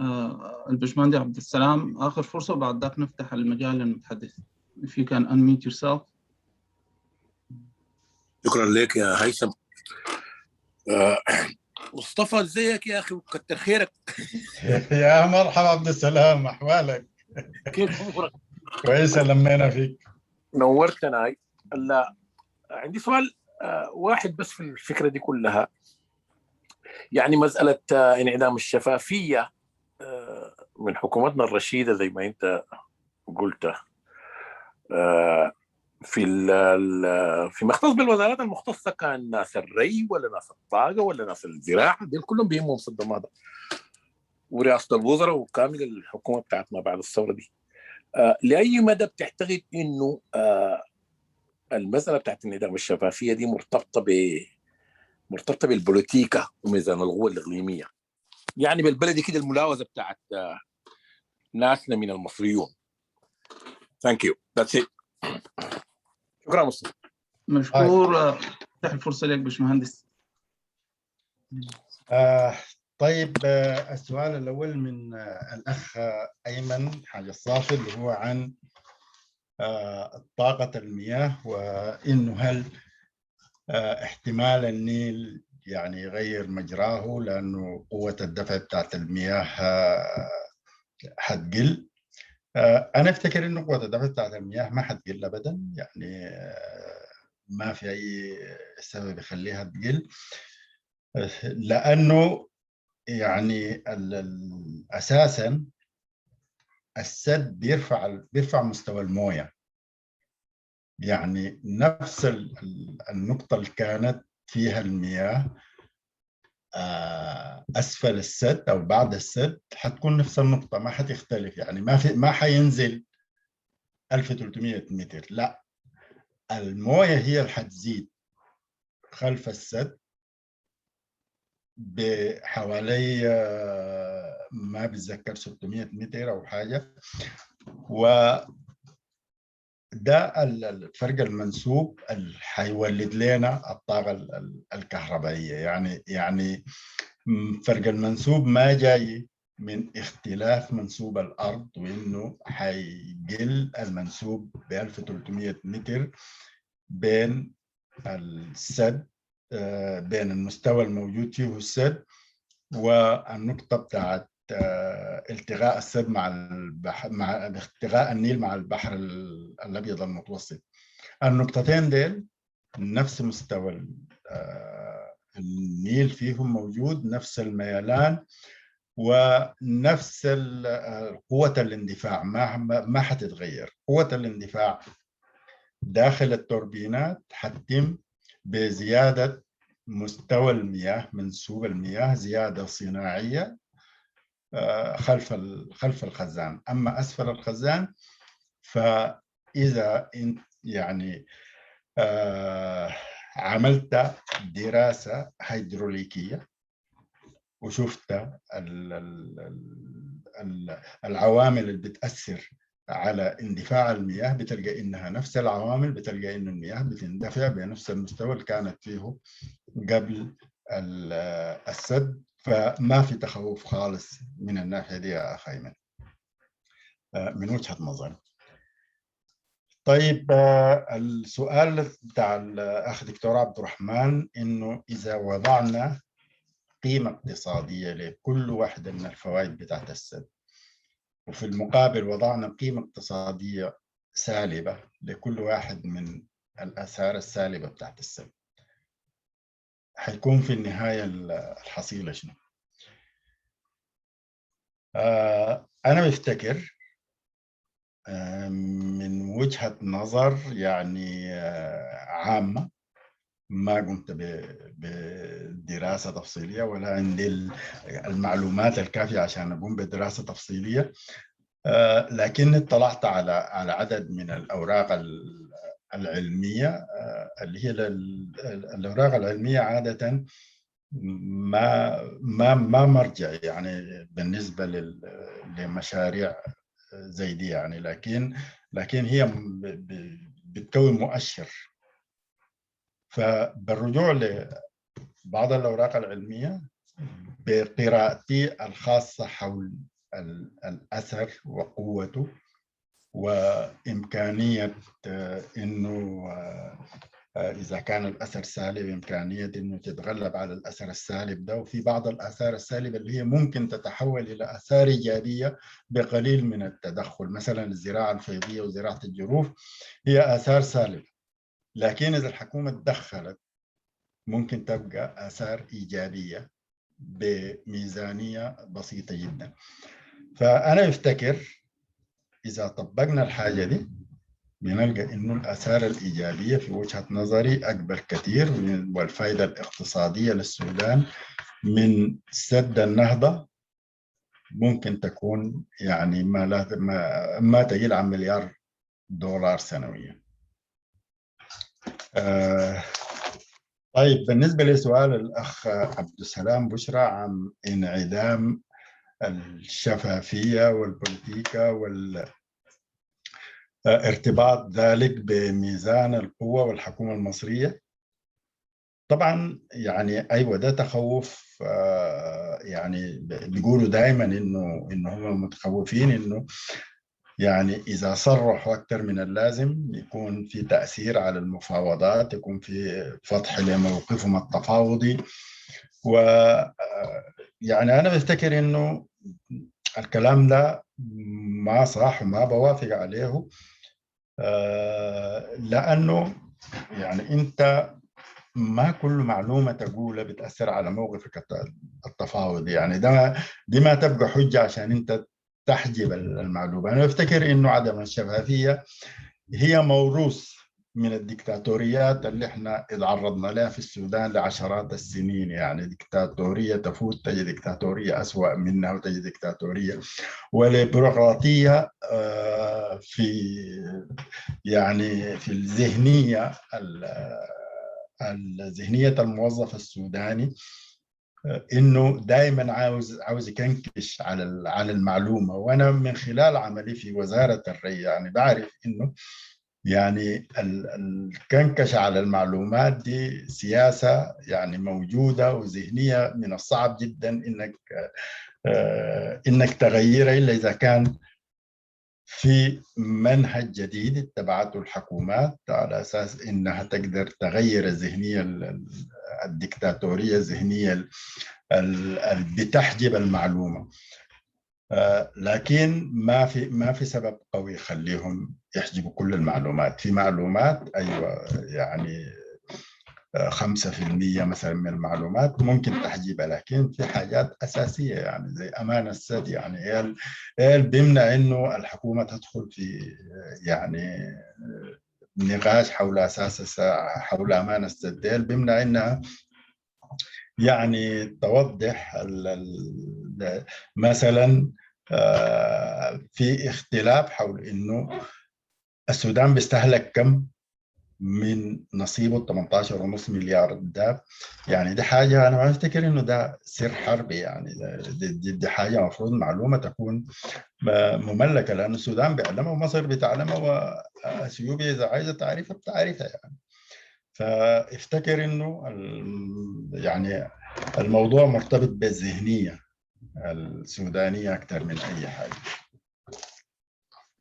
مشكور باشمهندس مصطفى. وعشان بس ما نخلي الناس ما نتجاهل الناس الكاتبين كتابة، برضو هنديهم فرصة للأسئلة المكتوب. نرجع تاني للناس الرافعين يدهم. شوف هنا في كم سؤال بس أنا بديك لهم حسب قراون. في سؤال بيقول لك من الأخ منتصر عباس: How binding is the water sharing agreement with Egypt? How binding is the water sharing agreement with Egypt, and what are the ramifications if we take all we need from the Nile water? ده السؤال الأول مكتوب كتابة. السؤال الثاني أو قد يكون بس تعقيب أو يعني معلومة إضافية من الأخ تشارلز. Ethiopia is planning to build 2 more dams before the Renaissance dams, so there will be no water left to Sudan and Egypt practically. يعني عندهم خطة تانية يبنوا سدين في المستقبل. ففي تخوفات إنه برضو ما يعني دي حتأثر على مستقبل المياه في مصر المياه المتاحة لمصر والسودان. والآخر من الصافي هو قد يعني ما اتفق معك في حد. يعني هو سألك سؤال لكن هو قال يعني حسب الكلام اللي كاتبه قال هو بيختلف معك في مثلا في إنه مثلا إنه لو كنا افترضنا المويه من الهضبة الأثيوبية وخطين السداء إنه يعني ما حتأثر في مثلا قوة اندفاع المويه. بيختلف معك في الإجابة، لكن ده ذاته الهدف من المحاضرة إنه ندي الفرصة للآراء والتبادل الاحتمال. لقدام برضه نجيب محاضر ثاني ممكن يشرح أو يقول وجهة نظر أخرى يعني قد تكون مغايرة والله أعلم. يعني ممكن فالفرصة حتكون مفتوحة، ممكن نديه فرصة إن شاء الله. لكن الآن على الأقل السؤالين ديل باشمهندس إذا ممكن تردوا عليهم يعني. جدا. بالنسبة للسؤال الأول يعني اتفاقية مياه النيل كغيرها من الاتفاقيات المياه اتفاقية ملزمة بالنسبة للسودان للأسف، لأنه خش فيها السودان بكامل إرادته، وما حصل خلال 60 سنة في عمر الاتفاقية ما حصل السودان أبدا احتج على الاتفاقية، بل بالعكس مشى خطوات أكثر مما تتطلب الاتفاقية في إنه بنى قناة جنجولي. وقناة جنجولي أنا أفتكر إنها مضرة شديد، من أسوأ المشاريع اللي قامت في السودان، وبناها بسبب التزامه باتفاقية مياه النيل، بالرغم من إنه في الوقت ذاك السودان ما كان بيستهلك، كان بدي مصر حسب الاتفاقية 1.5 مليار متر مكعب سنويا، عبارة عن سلفية. فأنت بتدي مصر سلفية 1.5 مليار، وبتديها تاني 7-8 مليار لأنك ما قادر تستخدمها، وتجي في نفس الوقت تعمل مشروع فيه ضرر كبير جدا على المواطنين السودانيين في جنوب السودان، لدرجة إنه يعني الحركة الشعبية لما قامت أول يعني من أوائل الأهداف بتاعتها كان ضرب الحفار بتاع قناة جنجولي ووقف العمل في مشروع قناة جنجولي لآثاره السلبية الكبيرة. وما بنقدر نقول إنه ده هدف عشوائي، لأنه العقيد جون جارينج الدكتوراه بتاعته في نفس الوقت ده كانت حول قناة جنجولي والآثار بتاعت قناة جنجولي على المنطقة وعلى مواطني المنطقة. وهو يعني أكثر واحد كان على علم بكل هذه التبعات بتاعت قناة جنجولي، وبالرغم من وهو اللي قام بقيادة العملية بتاعت إيقاف العمل في قناة جنجولي. وبالرغم من كده أنا أفتكر إنه من الصعب جدا جدا على السودان في ظل علاقة ثنائية بينه وبين مصر إنه ينسحب من الاتفاقية، لكن كان عنده فرصة بتاعت إنه يوقع على اتفاقية مبادرة حوض النيل، لأنه مبادرة حوض النيل حتعيد ترتيب الأوراق تماما، وحتعيد تقسيم الطريقة، وحتعيد الطريقة اللي بيتم بها تقسيم المياه. فالسودان كان ممكن إذا وافق على المبادرة وقام بالتوقيع على الاتفاقية، كان ممكن يكون ده بالنسبة له بداية منطلق لأنه يتحلل من اتفاقية 1959 الظالمة. لكن في وجود علاقة ثنائية بين السودان ومصر من الصعب أن السودان يتحلل منها.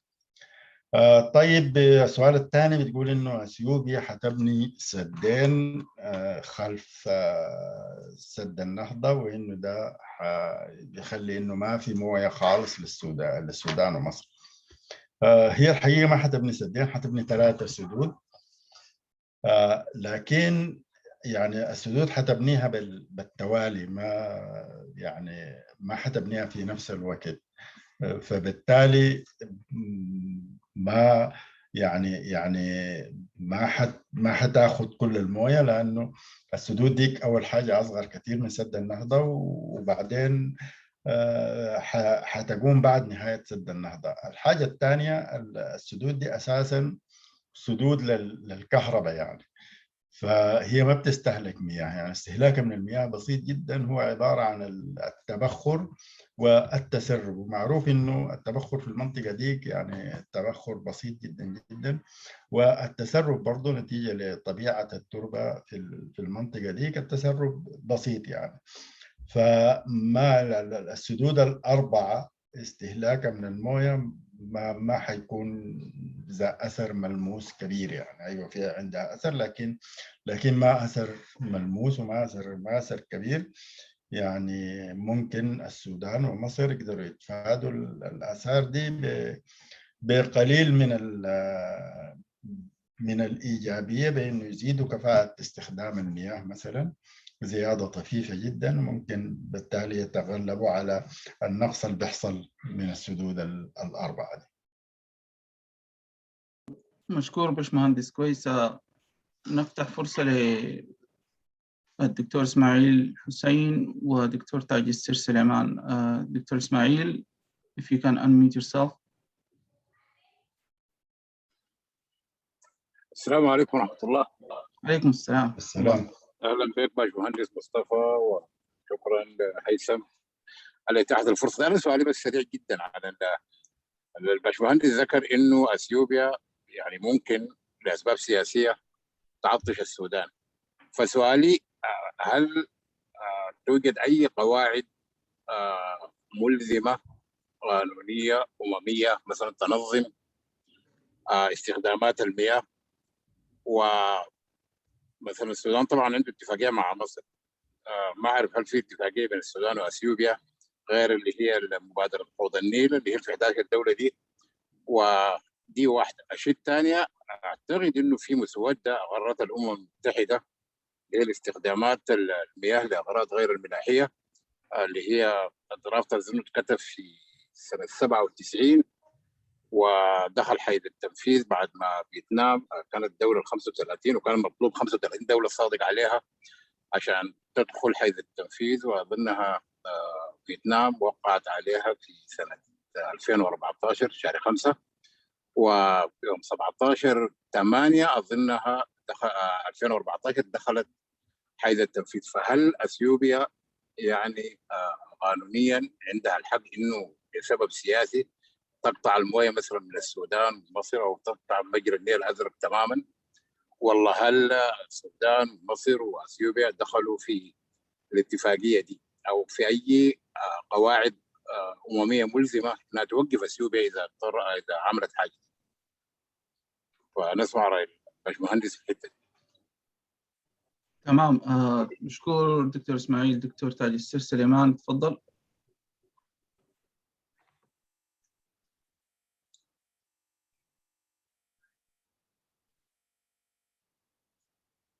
كان unmute yourself إذا مثلا الآن ما سامعين صوتك. دكتور تاج السر سليمان. السلام عليكم. عليكم السلام ورحمة الله. تفضل. من السودان والحمد لله انه في كهرباء الدنيا تشتغلنا. طبعا مشاكلنا ما عارفين. انا بس عندي حاجه بسيطه، نحن ما ممكن نستفيد من الهيد نتكلم عنه زمان دين ونعمل قناه جديده عشان الهيد دي نغير المجرى بتاع المياه الجايه دي عشان يمشي المناطق المنخفضه مثلا بطانه وغيرها.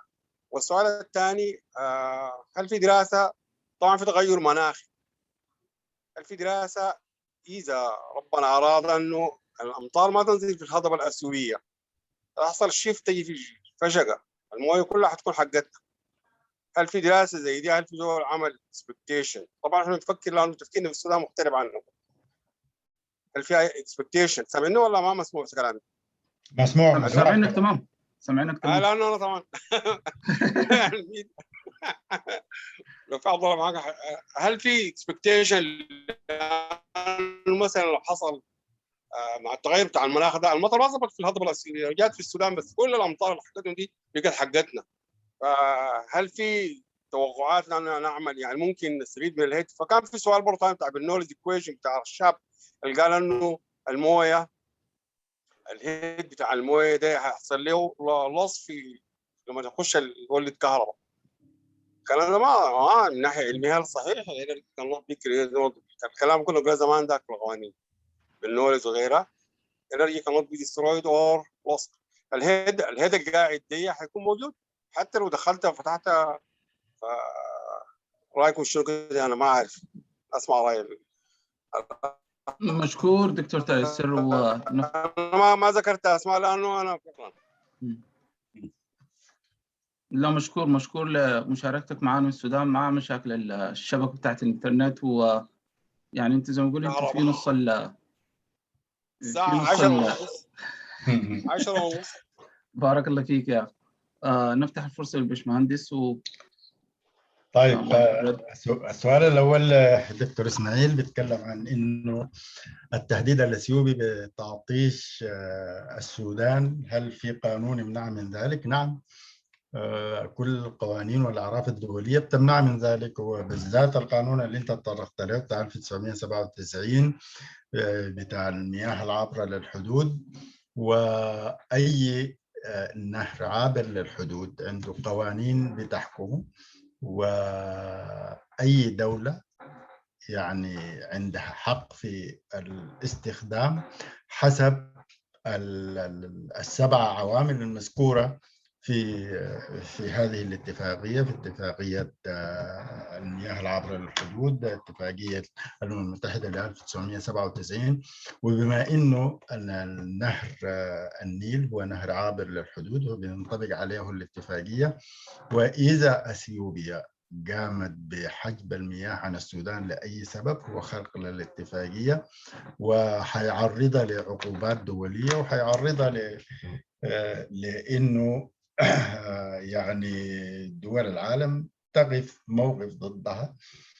لكن في النهاية يعني ما دائما احنا بنلقى الإنصاف من القوانين الدولية، فلازم يكون عندنا برضو غير انتظار الإنصاف من القوانين الدولية، لازم يكون عندنا تحرك إيجابي لأنه نقدر إحنا برضو نساهم من ناحيتنا، لأنه ما نصل حد إنه نبقى منتظرين القانون الدولي.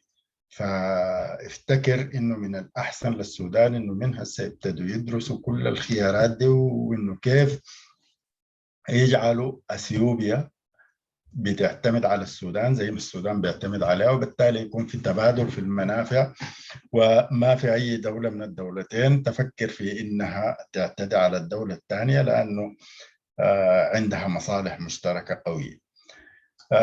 بالنسبة لدكتور تاج السر، ومرحب بك وشكرا يعني على مداخلتك من السودان.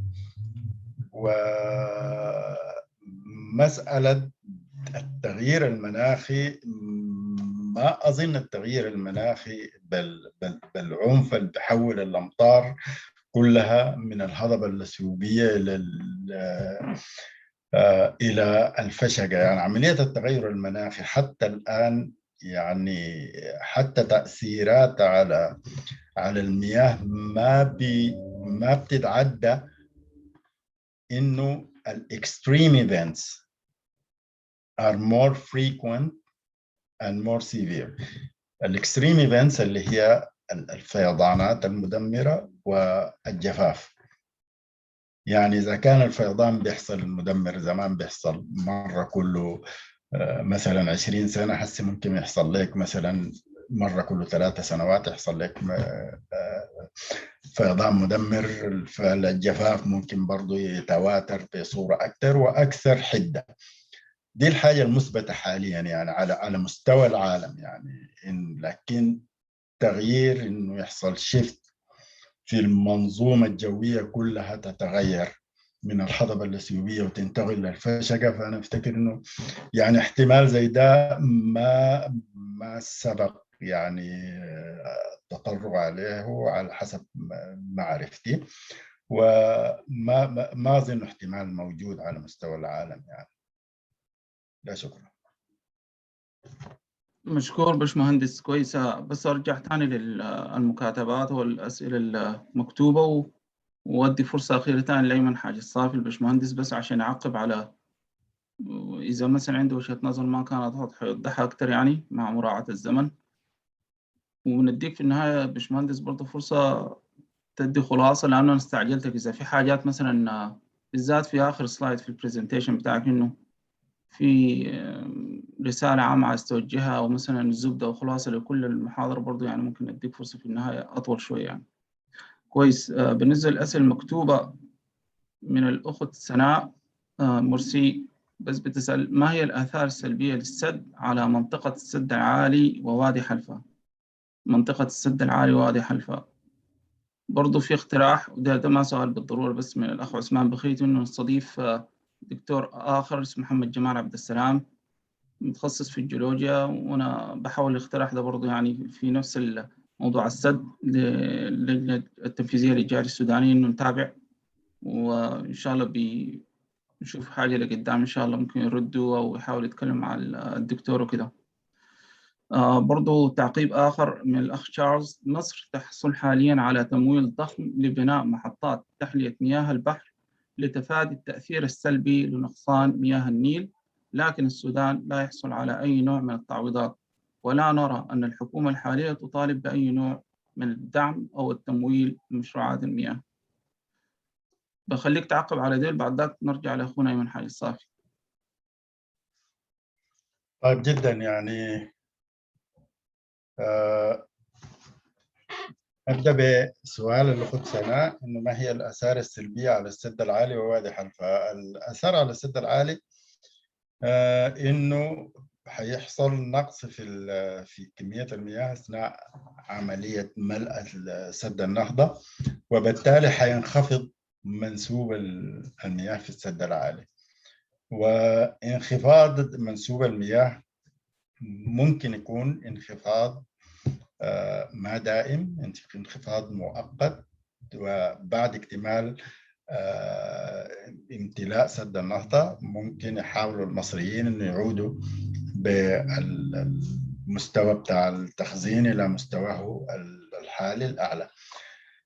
لكن انا بفتكر انه من الاحسن للمصريين ما دام سد النهضة موجود. سد النهضة هو بيؤدي يعني عملية شبيهة بما يؤديه السد العالي. فالوظائف اللي بيقوم بها السد العالي وممكن يقوم بها سد النهضة، أنا أفتكر إنه ما في داعي مصر تقوم بها بواسطة السد العالي، وبالتالي ممكن يخفضوا من التخزين الموجود. عندهم تخزين موجود للفيضانات، عندهم تخزين موجود للتوليد الكهربائي اللي هو ما بيحتاج له بشكل كبير. فافتكر إنه ممكن التشغيل بتاع السد العالي يختلف بعد قيام سد النهضة، يخفضوا من مستوى المياه بشكل دائم، وبالتالي يستفيدوا زي ما قلنا من نقص معدلات التبخر والسد العالي، ويكون عندهم 5 أو 6 مليار متر مكعب إضافية تضاف إلى حصتهم من مياه النيل بواسطة خفض التبخر. الحاجة دي ممكن يكون عليها أثر سلبي وإيجابي على وادي حلفا. الأثر السلبي إنه وادي حلفا بتعتمد في مياه الشرب، بتعتمد على بحيرة النوبة اللي هي بحيرة الاسم بتاع بحيرة الناصر والسد العالي في السودان. وبحيرة النوبة إذا انحسرت، لأنه كمية الطمي الموجودة كبيرة جدا يعني كل التراكمات بتاعت الطمي اللي حصلت خلال 60 سنة اللي فاتت حصلت في المنطقة بتاعت حلفا داخل الأراضي السودانية. فأصبحت الأراضي السودانية مليانة طمي، مغمورة بما قد يصل في بعض المناطق إلى 40 متر ارتفاع طمي. فده بيؤدي إذا حصل نقصان دائم في مستوى المياه في السد العالي، بيؤدي لأنه ما يكون في مياه شرب في حلفة مدينة وادي حلفا. وبالتالي لابد إنه الناس يفكروا من حس كيف يتفادوا الحاجة دي وكيف يقدروا يوفروا مياه الشرب في حلفا إذا انحصرت المياه.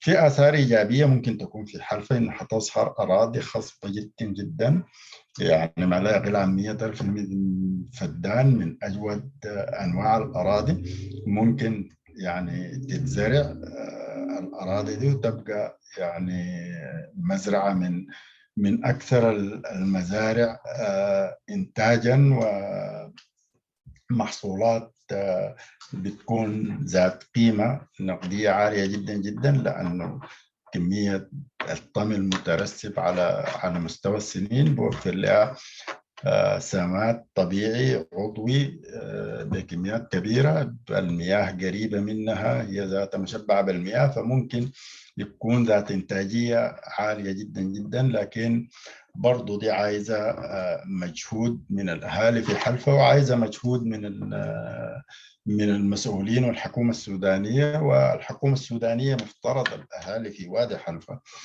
يعني يرفعوا صوتهم شوية.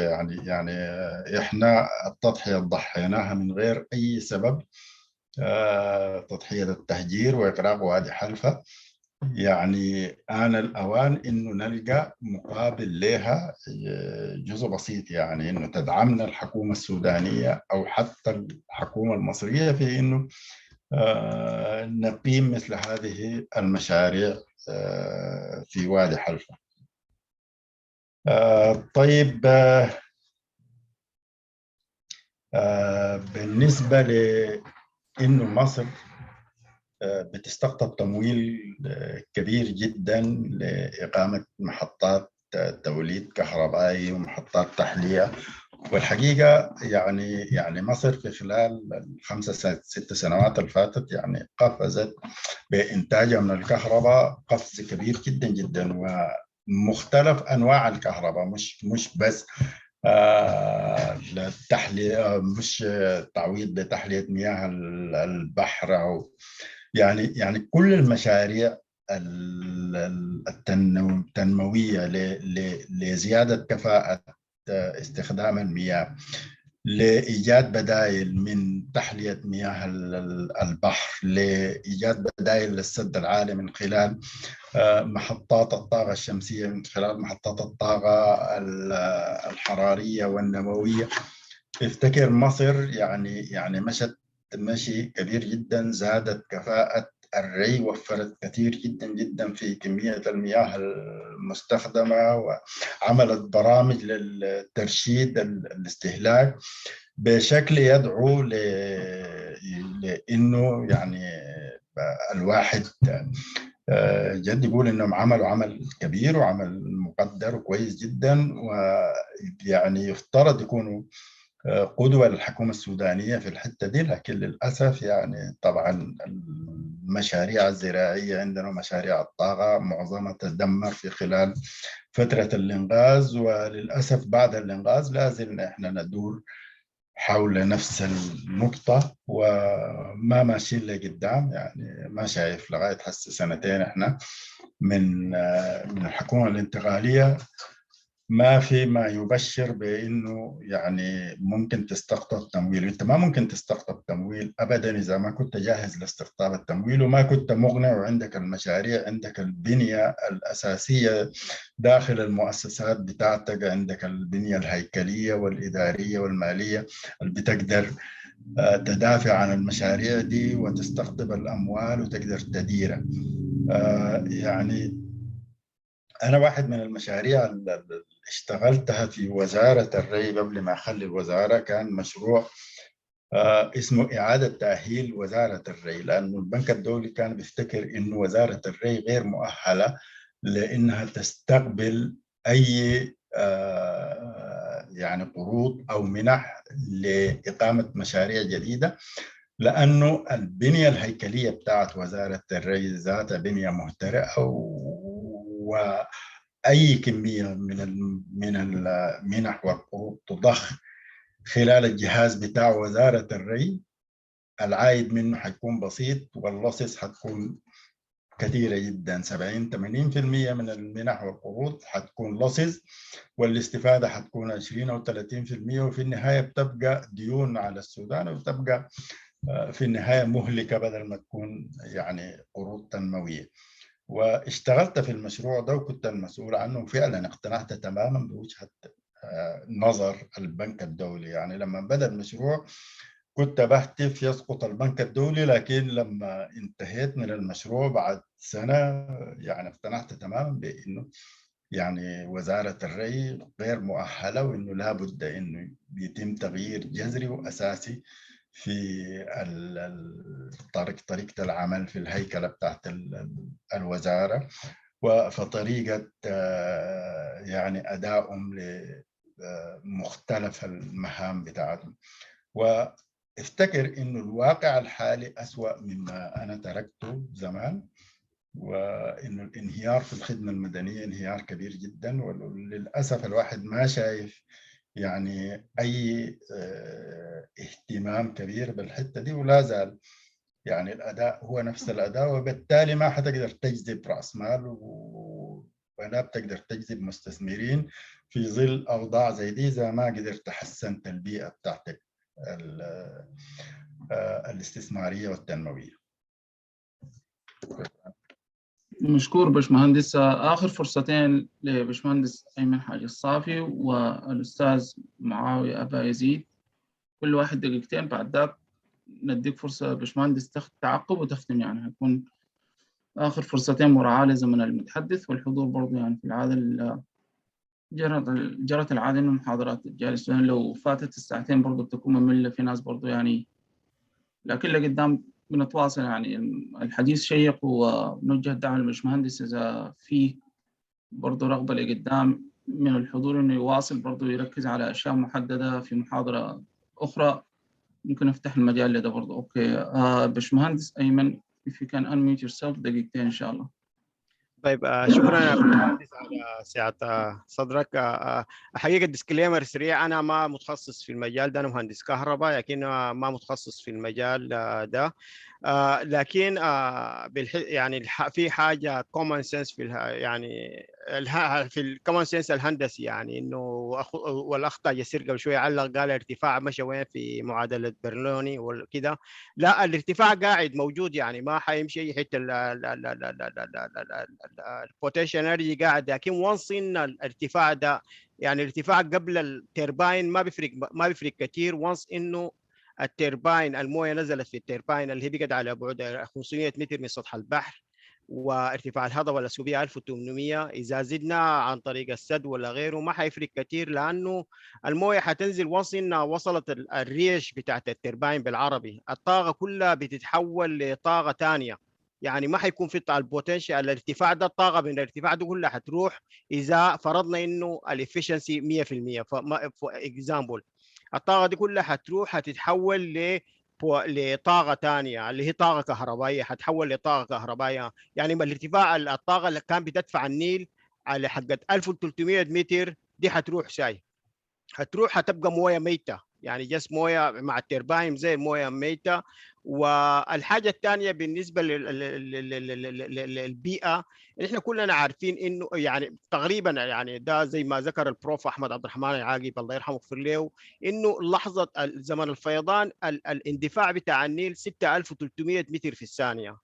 لما نجي هسه بعد في الايام العاديه اللي هو 100 متر في الثانيه، ونحن عارفين المنحدر الطبيعي تقريبا 10 ل 15 سنتي. انا ما شفت لي دراسه علميه لحد هسه يعني بتثبت انه بتوري انه النيل ده الديمومه بتاعت النيل ده حتكون كيف بعد السد بعد تحويل الطاقه الكهربائيه اللي هي 6000 ميجا واط دي. انا عارف انت قلت 30 ل 50% efficiency، لكن ما عندها علاقه بالامكانيه دي، عندها علاقه بحسب ال 74 مليار دي الكميه حتنزل في الترباين. لكن ما لقيت لي لا دراسه علميه، وما يعني ما سمعت كلام علمي دراسه علميه حوالين انه الديمومه بتاعت النيل دي بعد 50 70 80 سنه حتكون كيف. البطئان بتاع السرعه ده برضه هيأثر على البيئه، مش على سد في الهضبه الاثيوبيه. بيكوز وانس انه المويه السرعه بتاعتها قلت، التبخر حيكون على نطاق كل النيل. فما لقيت لي لحد هسه دراسه علميه تثبت الحاجه دي. شكرا لك واسف يعني.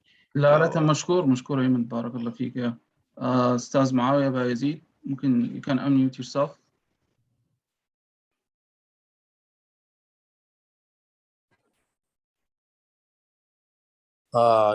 شكرا للباشمهندس وشكرا للقائمين على الندوه. انا سؤالي بخبرتك انك كنت شغال في وزاره الري، هل وزاره الري السودانيه ما عندها استراتيجيه واحده معينه؟ لانه حسب ما لاحظنا كل ما يجي وزير بيتكلم كلام بينفي الوزير اللي قبله. مشكور استاذ معاويه. أيوة. بارك الله فيك. هذا بس سؤالي بس على السريع. اما السؤال الثاني كان عن بحيره النوبه وخلاص اوريدي جاوبت على بحيره النوبه. تمام كويس. نفتح بس كلمه اخيره للباشمهندس، ممكن مصطفى يرد على اخر سؤالين او تعقيب، وممكن نختم بعد ذاك. الحقيقه ساعتين كنا 20 دقيقه يعني، لانه الموضوع شيق. بارك الله فيك يعني. شكرا للاخ ايمن حاج الصافي. و يعني ده نوع النقاش الهادئ اللي احنا عايزينه يستمر. و يعني دي وجهة نظر مقدرة جدا جدا، لكن أأكد لك إنه يعني المياه ما حتفقد قوة الدفع بتاعها أبدا، لأنه قوة الدفع ما بتتولد من اب ستريم، وانها بتتولد من داخل مجرى النهر ذاته اللي هو ما حيتغير يعني بكل مواصفاته بكل البارامترز بتاعته. اما الطاقه اساسا بتشغل التوربينات فهي طاقه مصنعه، يعني انت رفعت المويه عملت بوتنشال انرجي، يعني الرفع المويه صناعيا هو اللي ولد عندك الطاقه الكامنه اللي هي ولدت لك الكهرباء من خلال التوربينات. المويه الطالعه من التوربينات دي سواء كانت مندفعه او ما مندفعه، يعني تاثير اندفاع ده محدود جدا في منطقه بسيطه جدا لا تتعدى عشرات الامتار داون ستريم السد.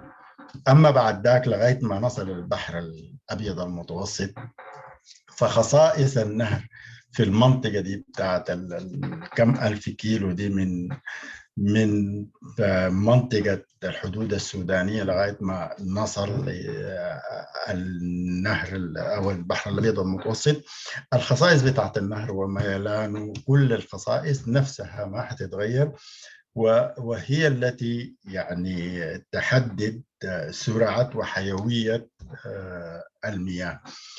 لكن لو رجعنا للجزء الثاني من سؤالك، ديمومة النيل وإنه هل حيستمر وحيغير مجراه، زي ما ذكرت في الكلام بتاعي إنه واحد من الآثار إنه التغييرات المورفولوجية في النهر، والتغييرات المورفولوجية دي معناها التغيير في شكل مجرى النهر. مجرى النهر بيتشكل على مدى السنين طويلة، يمكن يكون مئات آلاف السنين، بيعتمد على كمية المياه، مواعيد وصولها، الارتفاع بتاعها، طبيعة الأرض، كمية ما يحمله من طمي، دي كلها بتشكل لنا المجرى بتاعنا بتاع النهر.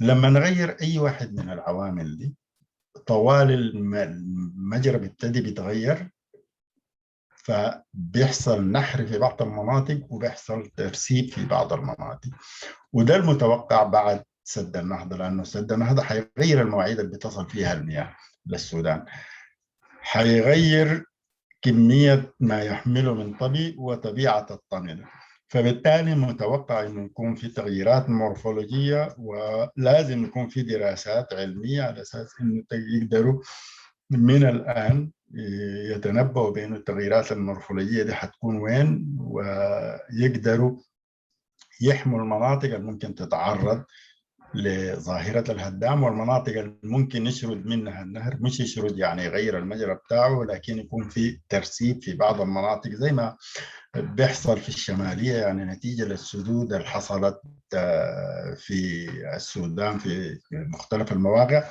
في تغييرات بتحصل كثيرة في الشمالية، ظاهرة النحر والترسيب، والظاهرة دي تعود بشكل ما في المياه الأزرق وفي مجرى النيل بعد سد النهضة، ولا بد من إنه من الآن نقدر يعني الحكومة السودانية تكون جاهزة للتعامل مع النوع ده من التغيير في مجرى النهر. بالنسبة لسؤال الأخ معاوية، أبا يزيد إنه وزارة الري ما عندها استراتيجيات، وكل وزير بيجي بيقول الكلام حقه، ما بتشعر انه في ترابط، ما بتشعر انه في تواصل في السياسات، ودي حقيقة. يعني وزارة الري لغاية بداية التسعينات كان عندها حاجة اسمها الخطة الشاملة لإدارة الموارد المائية، الماستر بلان، والماستر بلان دي بتضعها وزارة الري بعد دراسات مستفيضة جدا فيها مختلف التخصصات وفيها كل المشاريع، وبالتعاون مع مختلف الوزارات، يعني حتى مع الوزارات الأخرى، يعني يكون في تعاون مع وزارة الزراعة، مع الكهرباء، مع الطرق، مع غيره، منها بتطلع الخطط الماستر بلان، ومن الماستر بلان بيكون في خطط فرعية اللي هي بتكون خطة الخماسية أو خطة عشرية. والخطط دي بتبقى ملزمة من خلال إن يعني تمرير على مجلس الوزراء، ومجلس الوزراء زمان بيصدق على الماستر بلان، بيصدق على الخطة الخمسية والعشرية، بتبقى ملزمة، وبالتالي الوزراء ما بيقدروا يخرجوا من هذه الخطط. لكن واحدة من المساوئ الكثيرة بتاعت الإنغاز إنها يعني حطمت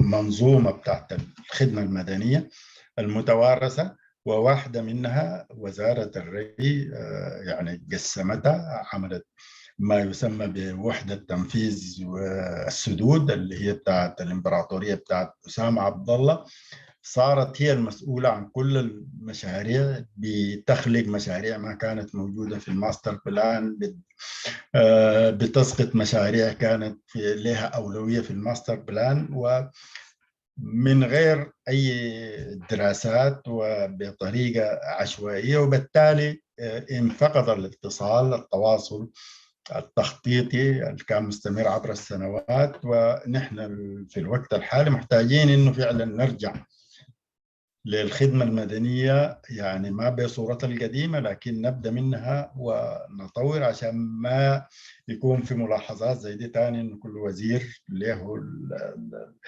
الحق في إنه يعمل ما يراه. لازم يكون في خط متوافق عليه بعد دراسات علمية شاملة، ويكون الخط ده ملزم للوزير، الوزير يكون عنده صلاحياته من خلال الخط الموجود. وشكرا لك. مشكور باشمهندس. كلمة أخيرة ومنها ممكن ننهي الندوة إن شاء الله، إذا عندك أي كلمة أخيرة عايز تقولها أو خلاصة يعني.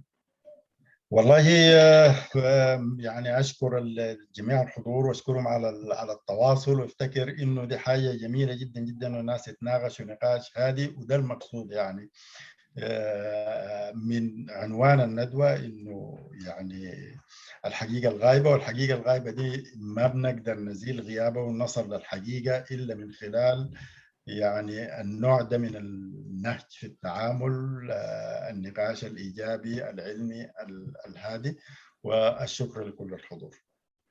الشكر لك باشمهندس بالنيابة عن اللجنة التنفيذية للجالية السودانية. وممكن أنا بالنيابة عن كل المستمعين المشاركين أقول إنه يعني الندوة أدت هدفها، وفعلا يعني كان في حقائق غائبة الآن أصبحت واضحة للمشاركين، وبإذن الله يعني الندوة تكون خطوة للأمام في سبيل تحقيق موقف وطني موحد في كثير من القضايا، بعيدا عن الاستهلاك الإعلامي وعن الانفعال يعني ومناقشة الرأي والرأي الآخر بهدوء وبالتجرد يعني. فنتمنى نجيبك برضو في محاضرات تالية، وبرضو نجيب ناس قد يكون لهم وجهة نظر أخرى برضو. والشكر الجزيل لكل المشاركين. وزي ما ذكرنا في بداية المحاضرة إنه التسجيل كامل حيكون في الفيسبوك يعني. ونتمنى لكم يوم سعيد ونتواصل للأمام. والشكر للجنة الجالية السودانية، اللجنة التنفيذية بولاية مينيسوتا، وللحاضرين داخل وخارج السودان. السلام عليكم.